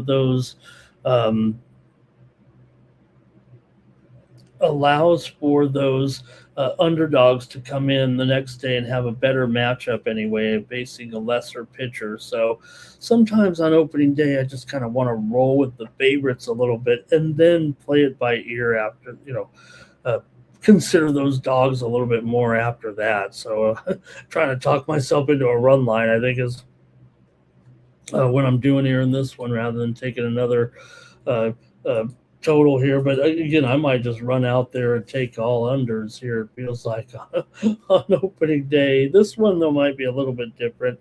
What are the conditions like here in Seattle with the indoor game there? Yeah, they'll have the. Okay, here we go. Anything? Cal Dog on the Guardians. Larry says Mariners money line and over. Guardians. Oh, all right. Give me the Mariners on the run. I'm gonna take one more run line here. I'm on 3 run lines today to start the season, but I promise you I won't do that very often. But I'm gonna here on opening day because that's what it's all about. Favorites will have a bigger. I like the favorites. Okay, the Dodgers, Astros, Mariners run line parlay. Yeah, Cal Dog, like right, Cal Dog. That's what I hesitate. I'm like, I can't take another under, and I might even like the over here with this game. Okay, that's it for Major League Baseball. We'll get more data points here a little bit, and at least on the first week, cover the starters there and talk about where they stand coming into the season. Okay, let's get rolling here. After all, we got our good friend here who's been waiting patiently for some NBA coverage. There, our new pal there in the chat is ready. Who was it? Oh gosh, I better get his name right here. See, I gotta scroll back now. Bro God is ready to go. All right, let's go, Bro God. Here with our NBA coverage. And then we've got just 13 games in the NHL. Kings and Magic NBA action here. We've been here 2 hours. We better get out of here before 5:30 Eastern. Kings and Magic here to get it going right now with the Magic. Favored this one by 15.5. We're in the tankathon in this one with the Madge here. Big favorite. All the games today are at, I believe it's 7:10. 7:10 Eastern. They're all going off at the same time. Orlando struggling here right now. Not a good time for Orlando to be having a little bit of a tailspin. Although they have covered, they're in a losing streak here, but they have covered 3 of their last 5 games at least coming into this one. So a little bit awkward here right now for the Orlando Magic coming in. Here they are 6 straight losses right now. Sacramento's won 12 of the last 18 meetings between the two, but they've failed to cover in 4 of the last 5 against Orlando overall. First meeting was an Orlando win at Sacramento, 131-94, covering 8.5 last month. There about 5 weeks ago. 10 of the last 13 meetings between the two teams have gone over here. Sacramento just 1-4 against the spread in their last 5 games. Overall, like I said, Orlando's losing, but they did cover as underdogs against Cleveland, the Lakers, and OKC. Orlando's been a crummy favorite for sure all year long, 18-26, but Sacramento is not a great dog, that's for sure. Orlando's been going over here of late as well, over in 8 of their last 10 games overall. Coming into this one, I'm already, been high on these overs here, like I said, for feels like several weeks now here. And yeah, while this one may be tough for the Kings here, I feel like it's going to be kind of a maybe a one-sided game, but can the Kings, will Orlando be totally, hell-bent on really stuffing these guys here right now? They did, obviously, in the first game here, but let's go to the chat here. And I think I'm going to be on the over here in this one, actually, at 2:30. Maybe needed a little bit lower for a premium, but all right, let's see. Sacramento on the Magic over for Timmy Two Shoes. Says it right there. Kings get into these overs, he says. Yeah, of late here, they have gone over in three of their last four. They did go under last night or 2 nights ago in the loss to Charlotte, and that's kind of the way I'm kind of worried about. It was 134 to 90, not to 90 in the game against Charlotte the other night. A real, it was a poor performance for sure for the Kings. Uh, I'm not saying it's an outlier. They're bad. Worst team in the West here for sure, but and 90 points is bad. But if they're going to give up a bunch of points like they might here in this one, maybe they can get to 100, right? And that'll get it over. So I'm going to go over in this one with the Kings and the Magic. Timmy says Bancaro to have a big one here. Did I just say that? Um, Magic minus 15 is easy money there, says Larry, but he does like the under in the game, and they do. They totally do.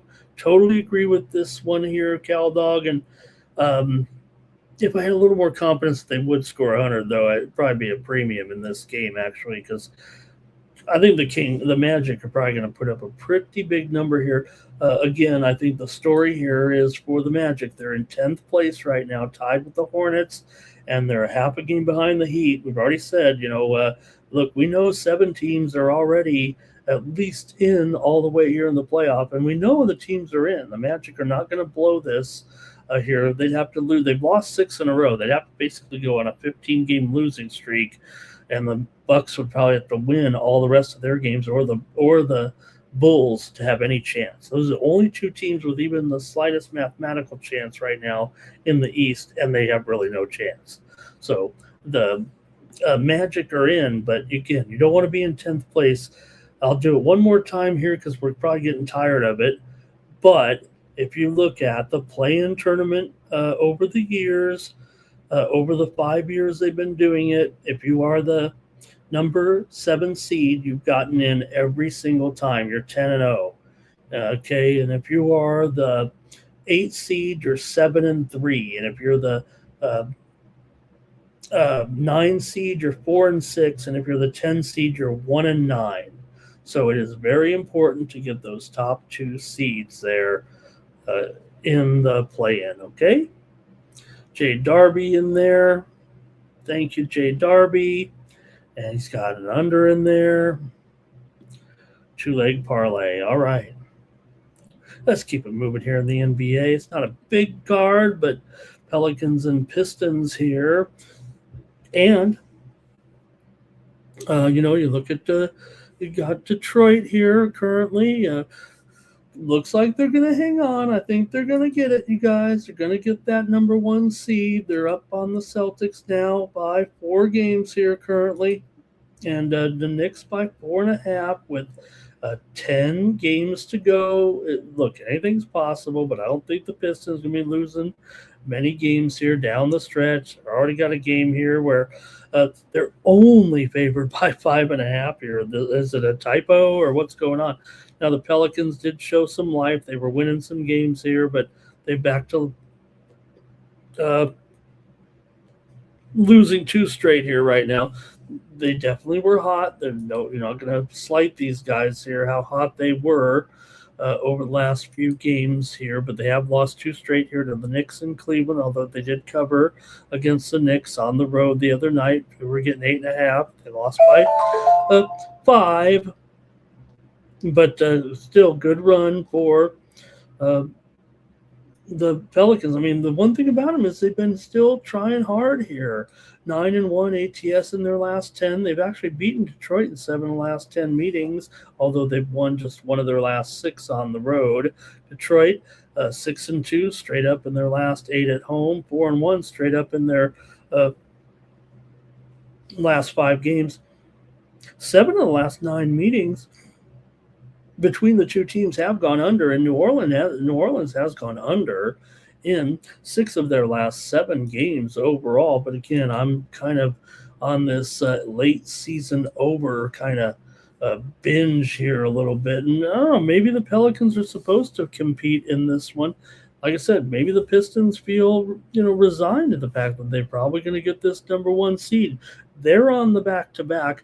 They lost that game against Atlanta last night, but Atlanta was uh, up big in that game early. Atlanta jumped out to a lead at halftime. They were up 73-55, and Detroit scored the first, was it 14 or 16 points of the second half to immediately get back in the game. The game eventually went overtime, and Atlanta was able to win it 130-129. So there could be even some fatigue factor here a little bit. I'm showing the line is actually down to 5 points here right now in this one. So, look, I don't care about the back-to-back here, I don't think. I mean, I kind of think Detroit could probably still roll here. Pelicans had their good run. They're playing some tough teams right now, and again, yes, they've played hard, but again, they've been out here now for weeks of the playoff contention. So, um, in fact, they're kind of in that same boat here right now. They are just about to taste elimination. They would need to win. They are on right now 73 games, and so are the Warriors, and they're 10 games back. So I guess they could only tie. Is that right here at this point? Or are they officially out? Whatever the case may be, we know. Let's go to the chat. Detroit to smack them around. Detroit and buy it down. And injury report is everything for the Pelicans. Take Detroit. Oh, really? Is the Pelicans have got a bunch of injuries? Huh? Hell, that would really do it. Murray questionable, Murphy questionable, and McGowan out. Of course, Cade Cunningham out. We saw Stewart there sitting in street clothes last night, but I'm going to take Detroit here to cover the spread in this one. Give me Detroit. I mean, 5. Maybe the back-to-back will bother them, but I don't know. I'm taking Detroit. All right, Larry says Pelicans money line though. The Pistons will be tired with those. With the Lakers game, the Atlanta game there, and then having the overtime. Okay, good point.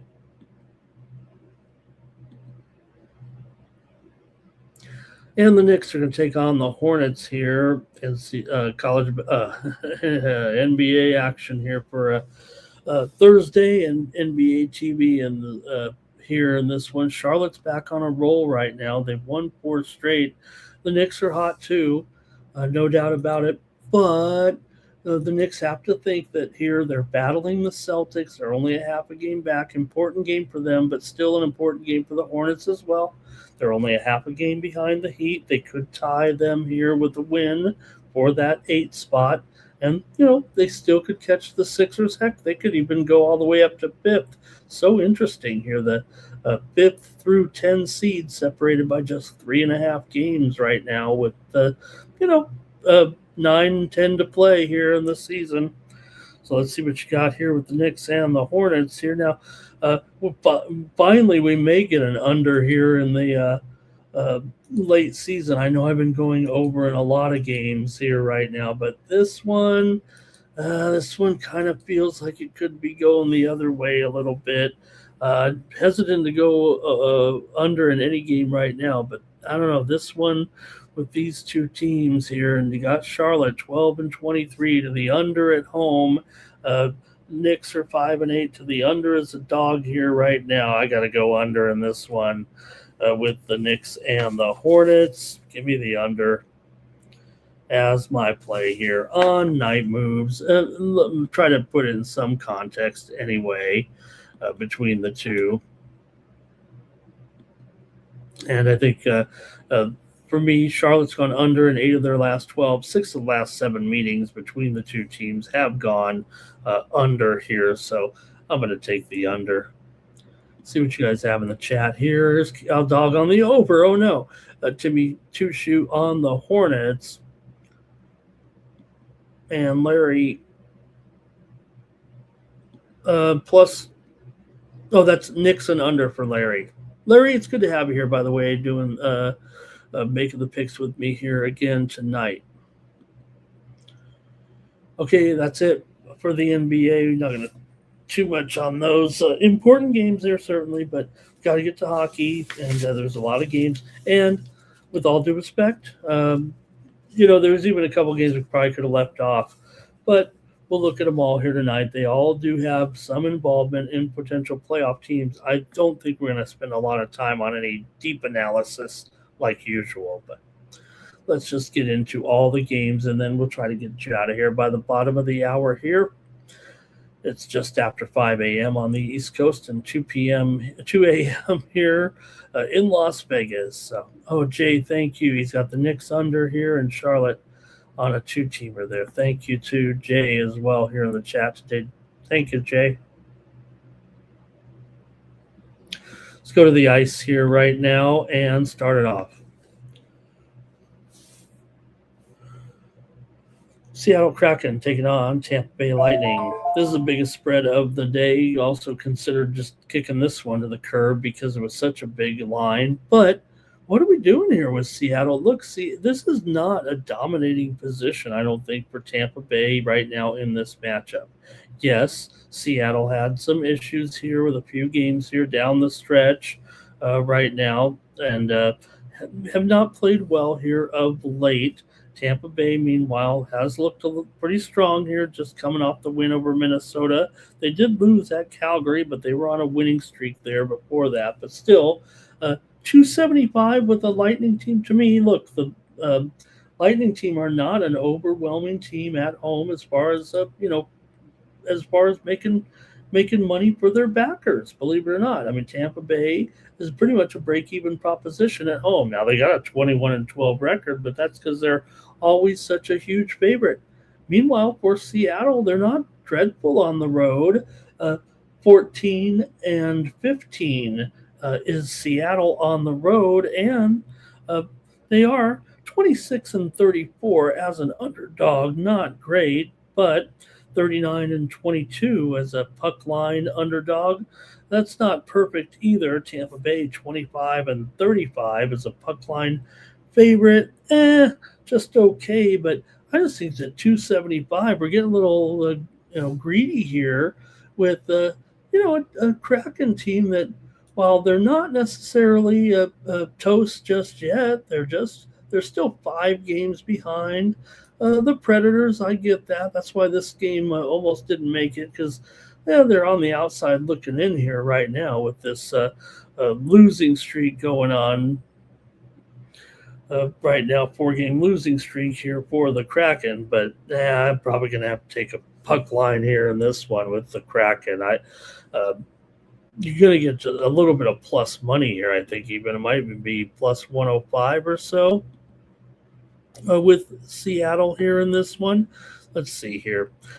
Currently it is at plus 1.5 at minus 110. So I'm going to do that. I'm taking the Kraken here on the puck line today. Give me Seattle plus the 1.5. Okay.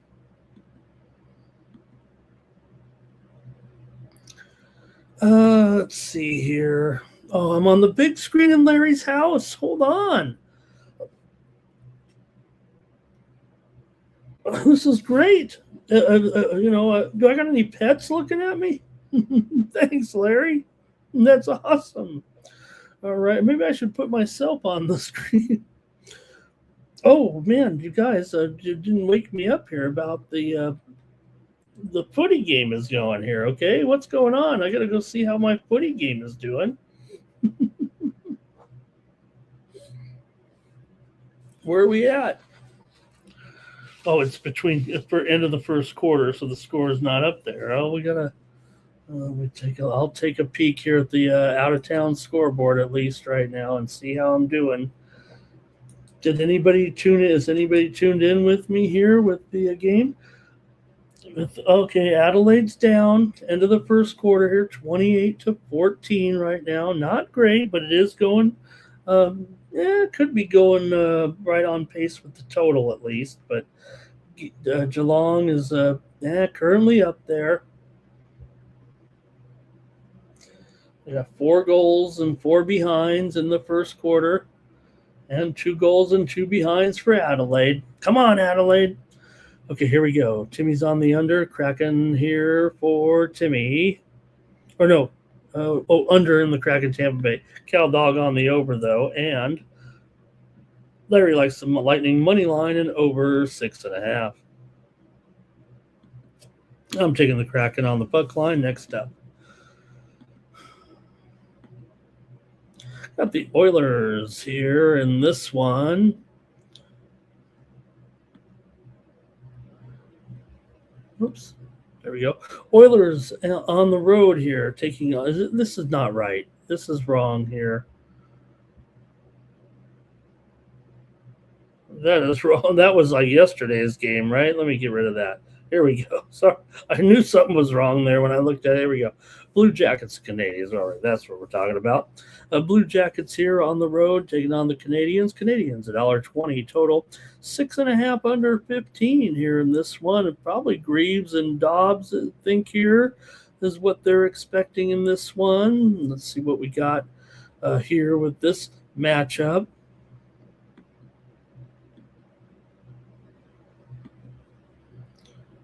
Okay, here we go. For Columbus here, they've won 5 of their last 6 games. They're just 2-7 against Montreal in the last 9 matchups, but Montreal's won 4 of the last 5 meetings at home against Columbus. Columbus has gone under in 5 of their last 7 games coming in and 4 of their last 5 on the road as well.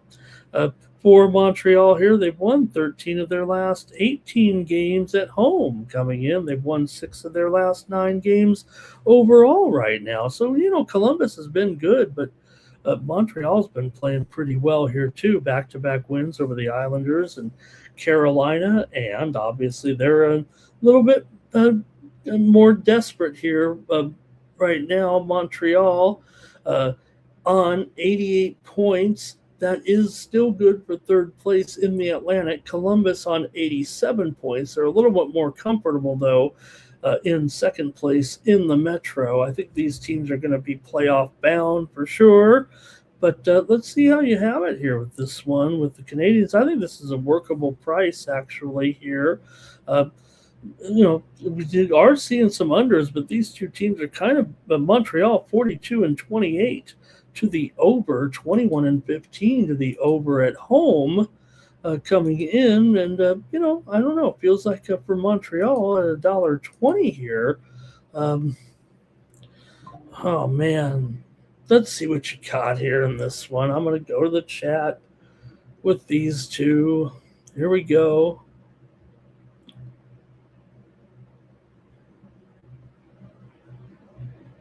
The dog's in the room. Okay. You know what? I'm obsessed with the TikTok of the dog that always watches TV, right? And I know they show a lot of those where the dog watches Lion King or something like that, right? And they get all emotional. I can't believe that dogs are crazy like that. All right, let's see. Timmy likes the under. Cal Dog is on the Blue Jackets here. Larry's on the Blue Jackets as well. I don't mind this, actually. I don't know. I said Montreal had more motivation. I'm not sure that they do, but okay. Timmy says he thinks that maybe, like I said, these two teams do kind of trend over here a little bit, but I don't know. At 6.5 under 15, I might be back on the under here in this one. All right, I got to make my call. You guys have made your call here. You know what? I am going to take the Columbus Blue Jackets here on the road. I don't want to take Montreal, but I'm just going to be logical here. I'm taking Columbus. I think the Sharps are going to be on Columbus here. Larry's on Columbus. Cal Dog's on Columbus. So I'm going to take Columbus with the chat here.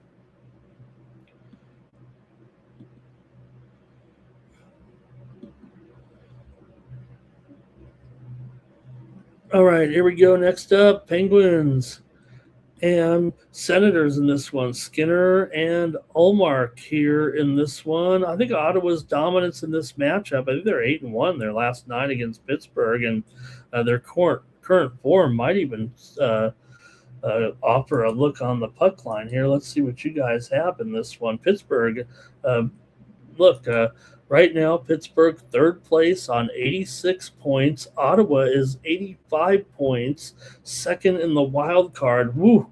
This one is teetering on the edge, right? But this is an important game here with these two. Pittsburgh in the Metro, hanging in there for sure, third place in the division. But for Ottawa here, they might be the more desperate team. They're the hotter team coming in. The is it 4 straight wins for Ottawa right now coming in? Let's see here.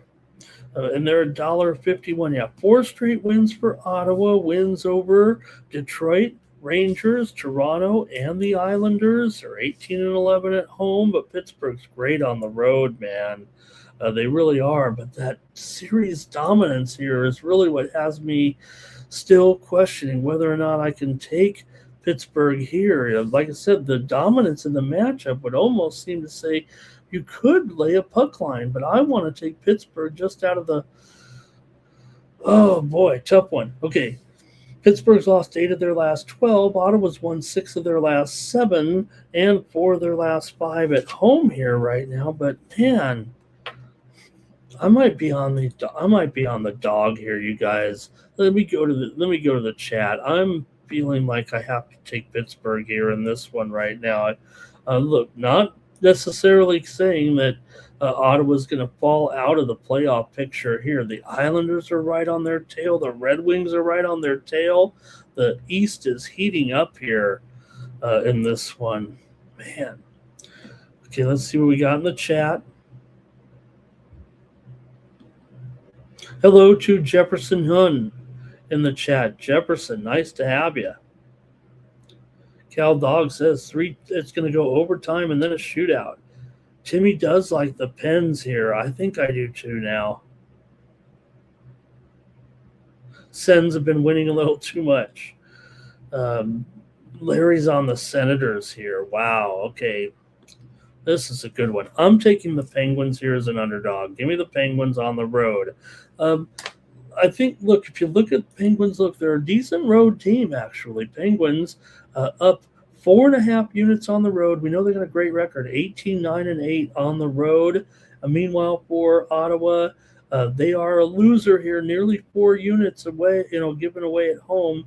Granted, 18-11-5, and this win streak. I'm going to take the Penguins, though. Okay, we're going quickly, though, here on the hockey. Sorry, gang. Stars and Islanders here with the Stars. A little bit of a road favorite in this one. Total, 5.5 over 20 here with Dallas on the road. Looks like Ottinger here for the Stars and probably Sorokin. Dallas has lost 3 straight. The Islanders have lost 3 of 4 coming into this one. The two teams met in their other meeting already. It was 3-2. The Islanders won at Dallas. Here you got a Dallas team though, terrific on the road, 21-7. Islanders have been solid all year right now, and gotta like their positioning here for the Isles. Just 1 game behind Ottawa. If they weren't, it's funny that they actually are still on the outside looking in, as strong as they've been here at home. 19-12, also 27-18 as an underdog. For the Islanders here. So this is not an awful matchup for them. It feels like they got the great goaltending here as well right now in this one. The Islanders home record, I think, combined with the Dallas skid, might even be creating a little bit of home value here as an even money choice. So let's see what the chat thinks so here in this one with Dallas and the Isles. Obviously 5.5 over 20. You got two teams that kind of trend under. They're not terrible, they're not big time unders necessarily, but maybe the signals are kind of saying under here. This could be a tight, typical Dallas type of it feels like a playoff caliber game, the way the Islanders are sitting right now on the outside looking in. We know Dallas is already in here. The Islanders need it more. I'm taking the Islanders here in this one. Look, Dallas probably elite here right now, and the thing is, they're not going to catch Colorado. I think they can be obvious about that here. They've only got 8 games left. Colorado has, let's see here. Sorry, Dallas has 11 games left. Colorado's got 12 games left. Anything can happen there, but Dallas is in a slump and Colorado's not. I'm going to take the Islanders in this one. Cal Dogs on the Stars. And Timmy says Dallas does know how to fix themselves. Caldog doesn't like to go against the Islanders, and Larry says he's got the under. Okay. Man, I had no totals yet for me. What's going on here? How about the Blackhawks on the road taking on the Flyers? Now, this one was probably the one game where we're like, yeah, we probably could skip this one. The Flyers are really running out of time here. We know the Blackhawks have long been toast here in this one. So I'm going to probably go with the dog here in this one. Philly is coming in off of a loss. They've still won 3 of their last 4 right now, no problem, but lost to Columbus last time out. They've been playing well, no doubt about it, but they've got to see the writing on the wall here very, very soon. Blackhawks are actually pretty terrific on the road as far as profitability is concerned. Chicago up 6 units on the road this season with a 14-15-6 record. Not bad. Philadelphia, meanwhile, down 7.5 units at home with a measly 15-12-8 record. So I'm taking the Blackhawks here in this one. Yes, Philly showing that they have been in every game here right now, but the Blackhawks have done a nice job too here of late. They just beat the Islanders on the road 4-3 the other night. Hung in there in a close one against Nashville, going to overtime, beat Minnesota recently. I'm going to take the Blackhawks in this one. Plus money, a little upset here. Cal Dogs with me on the Blackhawks. This is Zach Sanders in the chat. Hello, nice to see him in there. And Timmy says, yep, take the Hawks. Forget the Flyers right now. Next up, got the Minnesota Wild taking on the Florida Panthers. In this one, the Wild are favored on the road here. The Panthers been a bad season here for them and not going anywhere. Minnesota, meanwhile, right now in the postseason, sitting there in 3rd place. They are well clear of the wild card. Probably going to finish right there, 3rd place in the division. Not saying they're complacent with that current positioning, but they are favored here. In fact, I think they probably should be favored a little bit more the way things are going for Florida right now. They've lost, I think, 4 of their last 5. Minnesota's been alternating wins and losses here of late. They are coming in off of a loss to Tampa Bay, 6-3. Minnesota, though, still great record here, 20-10 on the road. Florida, though, 15-7 as an underdog. It's the one thing they've actually done well, but let's see what you got here. I'm going to expect probably some goals, I think. Minnesota 22-12 on the road this season. And you got Gus and Bobrovsky here. I know the Sharps are going to want to be on Florida here, but gosh, I just can't do it right now. They're supposed to take Florida every time right here. Gosh, can I really do it? I'm probably just going to take the over here. Give me the over in this one at 6 goals. I'll have to evaluate it later, but the Sharps are going to be all over Florida. That does have me worried here in this one. You're supposed to take Florida every day here, apparently. And I'll just dial it back and take the over here in this one.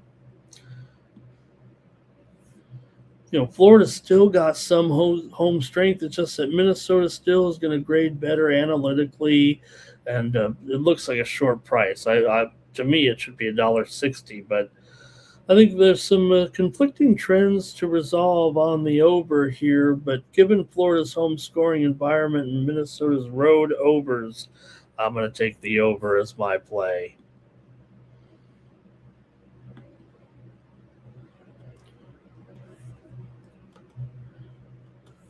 Let's see here. I thought we had Minnesota over in 16 of 19 on the road, actually. And 8 of the last 10 meetings between the two teams have gone over as well, including 7 of the last 8 years here in Florida have gone over when these two teams have met. Minnesota has gone under in 7 of 10, but on the road, much more overs. All right. Team Money's here. Team Money's here. Great to see Team Money in the chat. Wow. Also, Larry says, hate to go against his hometown, but Blackhawks are going to lose. Cal Dog's on the Wild. Timmy Two Shoes on Minnesota there, and Larry's on the Panthers. He's a sharp in this one.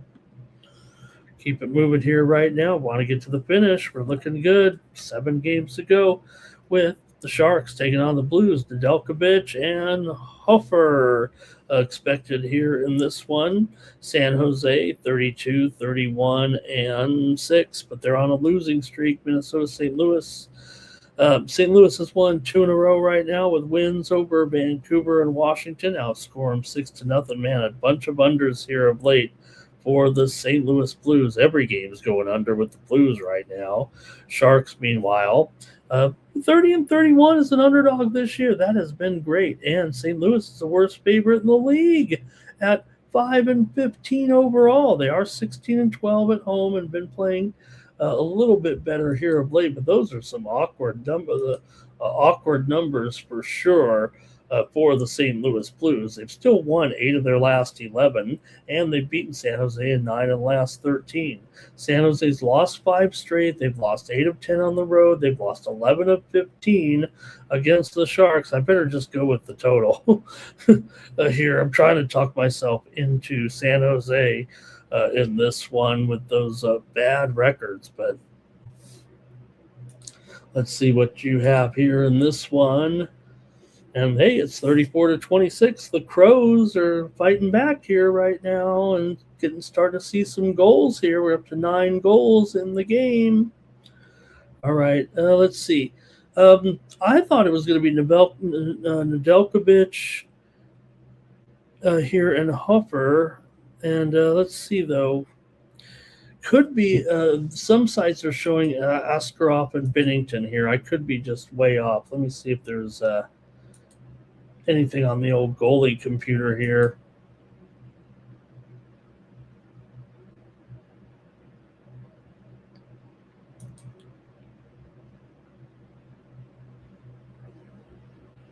Okay, there we go. Nobody's even no goalie confirmations at all. So I thought this was going to be the matchup here, but some are saying Askarov and Bennington. I think that's going to temper my enthusiasm a little bit here.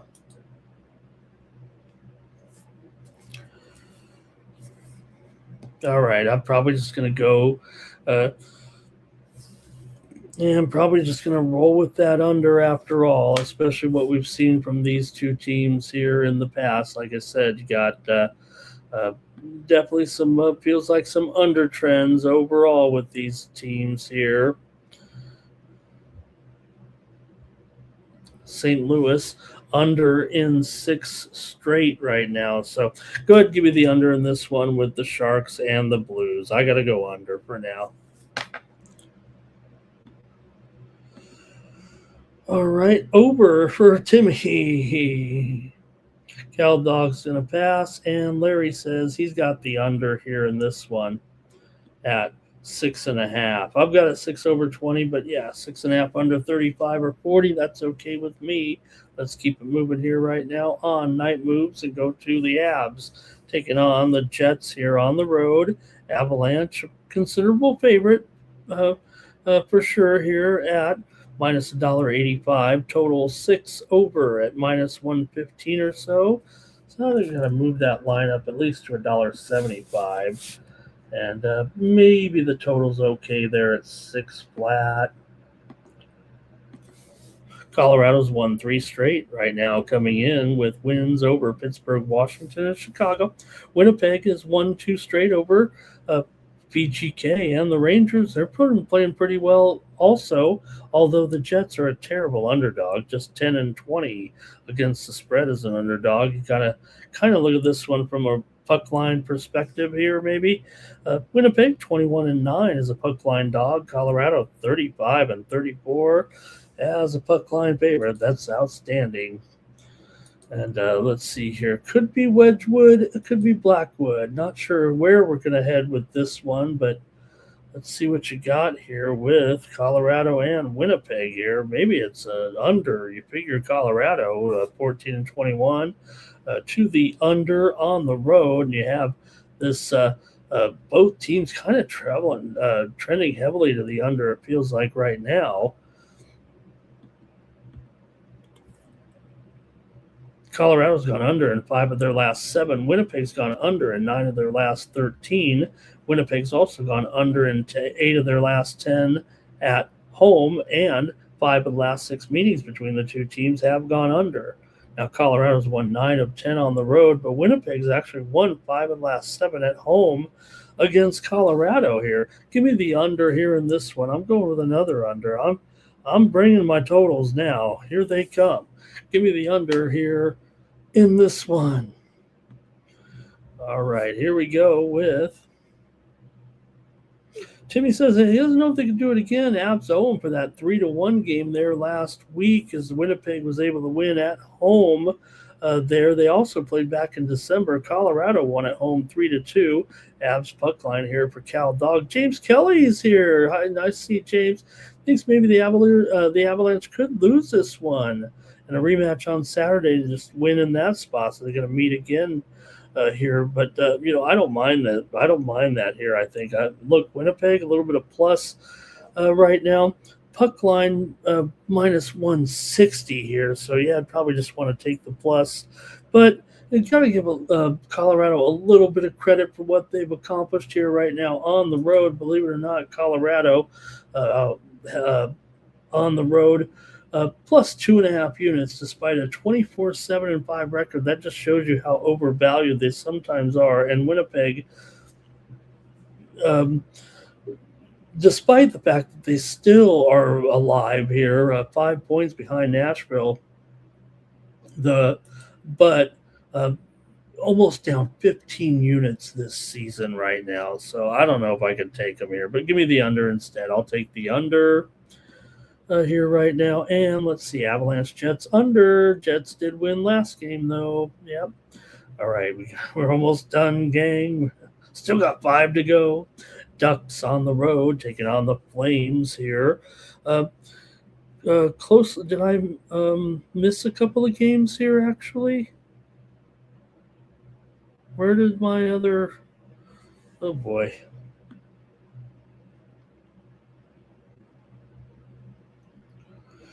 Okay, I'll continue on with this game, and then we'll come right back. I think I missed the Devils and the Preds there. Just too many games. I think I ran out of space is what happened. The Ducks here on the road, $1.40, taking on Calgary, total 6.5 under 15. Looks like Dostal and Wolf possibly here. I've got Cooley here. Calgary's won 4 in a row. Watch out here. For the Ducks, they've won 2 straight over Vancouver and Buffalo, 3 straight, and Utah here right now.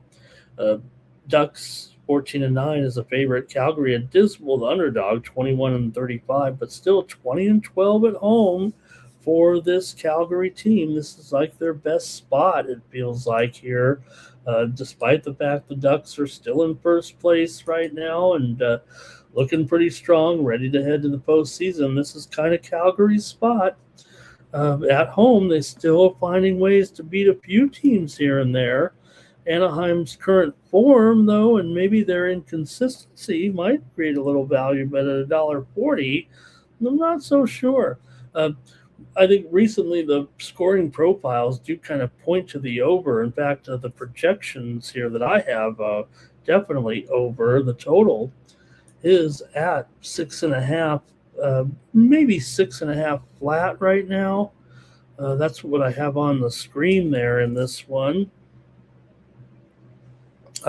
Calgary here has gone over right now in their last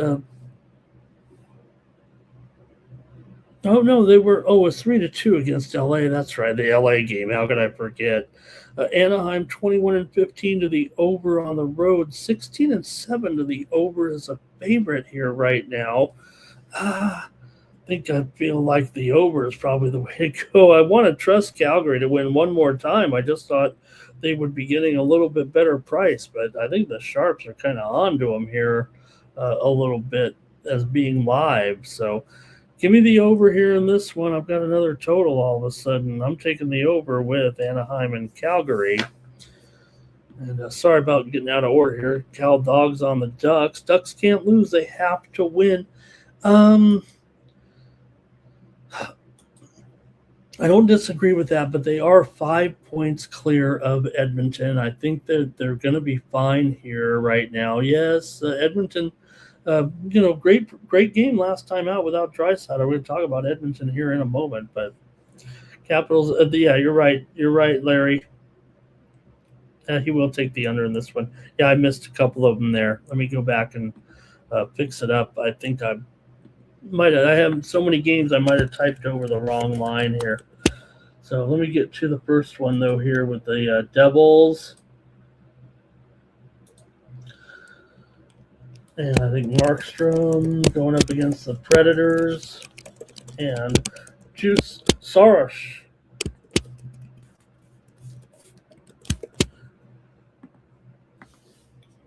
Okay, let's get to this one with the Devils on the road here, taking on Nashville.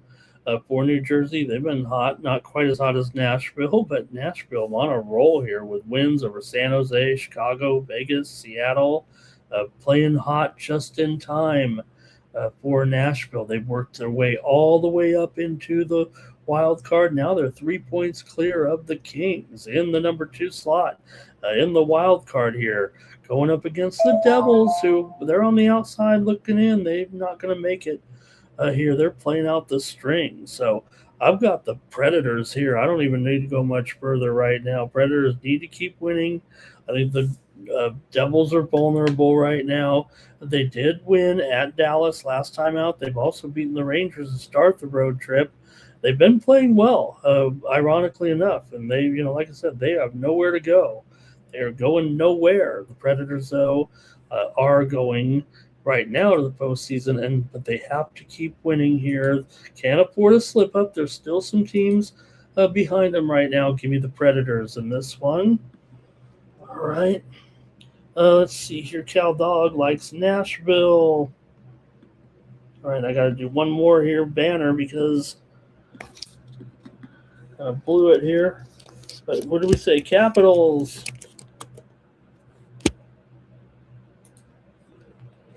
Logan Thompson at the Mammoth and Vemilka.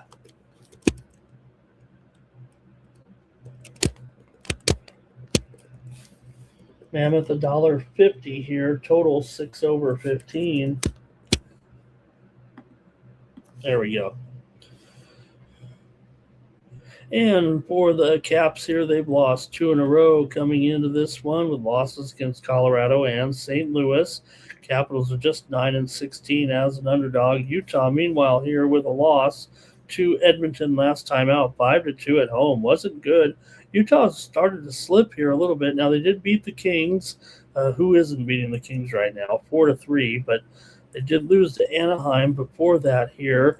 At $1.50. Now, look, the Mammoth are currently in the postseason. They're in first place in the wild card here, and they're not going to be able to move up any higher. So they just got to stay consistent here, win the games when they can. They got to win the games like this at home for the Capitals here. Probably toast. They're 6 games back currently of Ottawa, and they'd have to pass like 3 other teams. So I think they're pretty much done right now, and we'll see if that affects their motivation here any, but I don't think I want the Caps necessarily in this game. So let's see what you guys have here, though.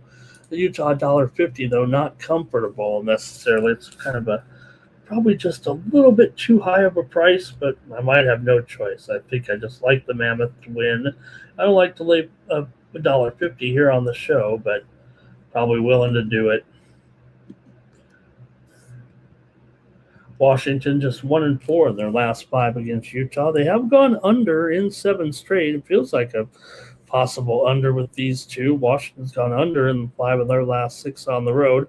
4 of the last 5 in this series, though, have gone over, but Capitals, all these unders right now in a row here, and Utah's projected scoring edge probably could justify taking them at $1.50, even though that's not a great price. I don't like to do it too often, but I will.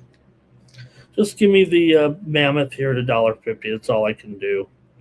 I like the total, though, and I'm probably going to maybe have a premium there. A big card. I'm going to have a premium 3-pack, I'm pretty sure, in the NHL tomorrow at Tony's Picks. All right, here we go. It's going to be Mammoth for Cal Dog. Timmy's on the under. Larry says Mammoth on the money line and go under.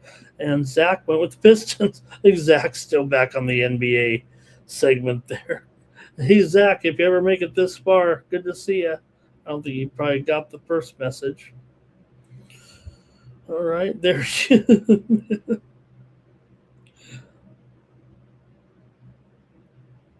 All right. What do you say? Okay, here we go. One more. I think one more. Is that what you have? 2 more. Oilers and Golden Knights in this one. You got the Golden Knights, $1.30. Total 6.5. Great job by Edmonton last time. Really came up clutch without King Leon in there. Snapped a 2-game losing streak with the win at Utah last time out. Vegas continues to struggle. They lost to Winnipeg. They can't score for the life of them here right now. Vegas in their last 5 games has just 5 goals and 1 win. Fortunately for them, it was against Dallas, but they're not looking great here right now. And Edmonton, definitely a big win there of late. Edmonton's also owned this series, 4 straight wins. Now, Edmonton is an underdog, and they're just 4-9, and 4-9 as an underdog this season here right now. And for Edmonton, their dominance in this matchup, they're also 8-1 in the last 9 and 5-0 here in Vegas right now. You got to think their pace and scoring trends outweigh anything Vegas is doing, especially with their inability to score here right now. Maybe it could go over if Edmonton does get enough goals. I mean, these two teams are over teams, but you can't do it when one team can't cooperate. Edmonton as an underdog is 11-1-1 to the over. You got to think that's going to be I think that favors Edmonton all the way. Give me Edmonton here over Vegas, and maybe they will get that. Now, Edmonton hasn't – for a while there, they were going over in all those games, but they've really calmed that down with some good defense. Now, yes, the last 2 in this series have gone for 7 and 6 goals. But you look at Edmonton here of late, yes, their last 2 games did go over. In fact, they've gone over in 3 of their last 4. So maybe over could be the better play if Vegas can get it going. After all, they are 19 and 16 to the over at home, and the series is going over. But let me take Edmonton here plus money in this one. Some real heart here from Edmonton winning that last game for sure. Let's get some plays from the chat. And Zach says, what's the best pick for today? How about the Edmonton Oilers plus $1.10? Timmy likes them. Cal Dog likes them. Vegas is having issues. Let's see here. Larry's on the Oilers as well. Oilers are trying to prove that they can be more than just McDavid. Well, good thing they got McDavid. And let's see, Dak Kush King made it. He's got the Oilers on the money line. Larry says, come on, Ramon, you can do it. The finish line is in sight. Don't be like that guy at the remember the LA Marathon a couple weeks ago? The guy's running to the finish, and here comes the guy after he took the wrong turn. He's still winning, but here comes the guy, the school teacher from Detroit, at the last second won the race. Did he ever give the money back? I hope not. All right, here we go. Dak Kush King's on the – there it is. He's on the Oilers. Timmy's on the Kings already. Here we go. Let me get the game banner up here with the Kings taking on the Canucks. Yeah, you're right. Take the Kings on the puck line. Show's over. Can we give Vancouver a chance at all here? Maybe because the Kings have lost 4 in a row, that maybe Vancouver will have a chance. So far this season, let's see, they played just one time so far, so we're going to get these guys again. Kings won it back in November 2-1. Kings have lost 4 straight to Philly, Buffalo, Utah, and Calgary. Oh no! But the Kings are on the road, and they're 18-9 on the road. Vancouver 8-24 at home. Let's just take the Kings. Let's take them on the puck line here. Maybe, if you want to do money line, that's fine. They're reasonable, $1.65. Sorry, I didn't even read off any trends really, but Vancouver has lost 13 of 16. They're poor form at home as well, so maybe a multi-goal loss here. I'd say there's some under trends for this matchup for sure, despite the fact that Vancouver is 24-13 at home to the over, 33-26 as an underdog to the over here. But let me get it here. Kings under in 9 of their last 12 on the road, and 12 of the last 16 meetings between the two teams have gone under. Let me just take the Kings here on the puck line, and let's end the show because it was a great show here, you guys. We were only here for 2.5 hours. That's pretty fun to be with you guys here on Night Moves. Really appreciate it. Great job by everyone in the chat today. Hey, going over to Tony'sPicks.com, get my premium picks for tomorrow. I'll have a great package of plays up with the baseball, of course. Let's roll in baseball to get it started, followed by NCAA Final Four, some NBA, NHL. Thanks a lot, everybody. Thanks to everyone in the chat. A great show, didn't we? Here, what's Zach saying? Oilers, Arizona, and who on a pick parlay? Oh, do we need one more? We need one more. Oilers, Arizona, one more, one strong one. Let's see. So we've got hockey. We've got that's Arizona Wildcats there for Zach. So what do we need? We need at least a baseball, right? We need a baseball there for Zach. Let's see. Arizona Oilers. Let's do a West Coast. Mariners run line. Mariners run line. Okay. Let's see. Timmy says Kempe anytime goal. Is he back though? He missed. I think he was missing time here right now. Oh yeah, he's back. Oh yeah. Timmy went with Kings there. Canucks are going to get rolled. Kings puck line for Cal Dog. Thanks everybody.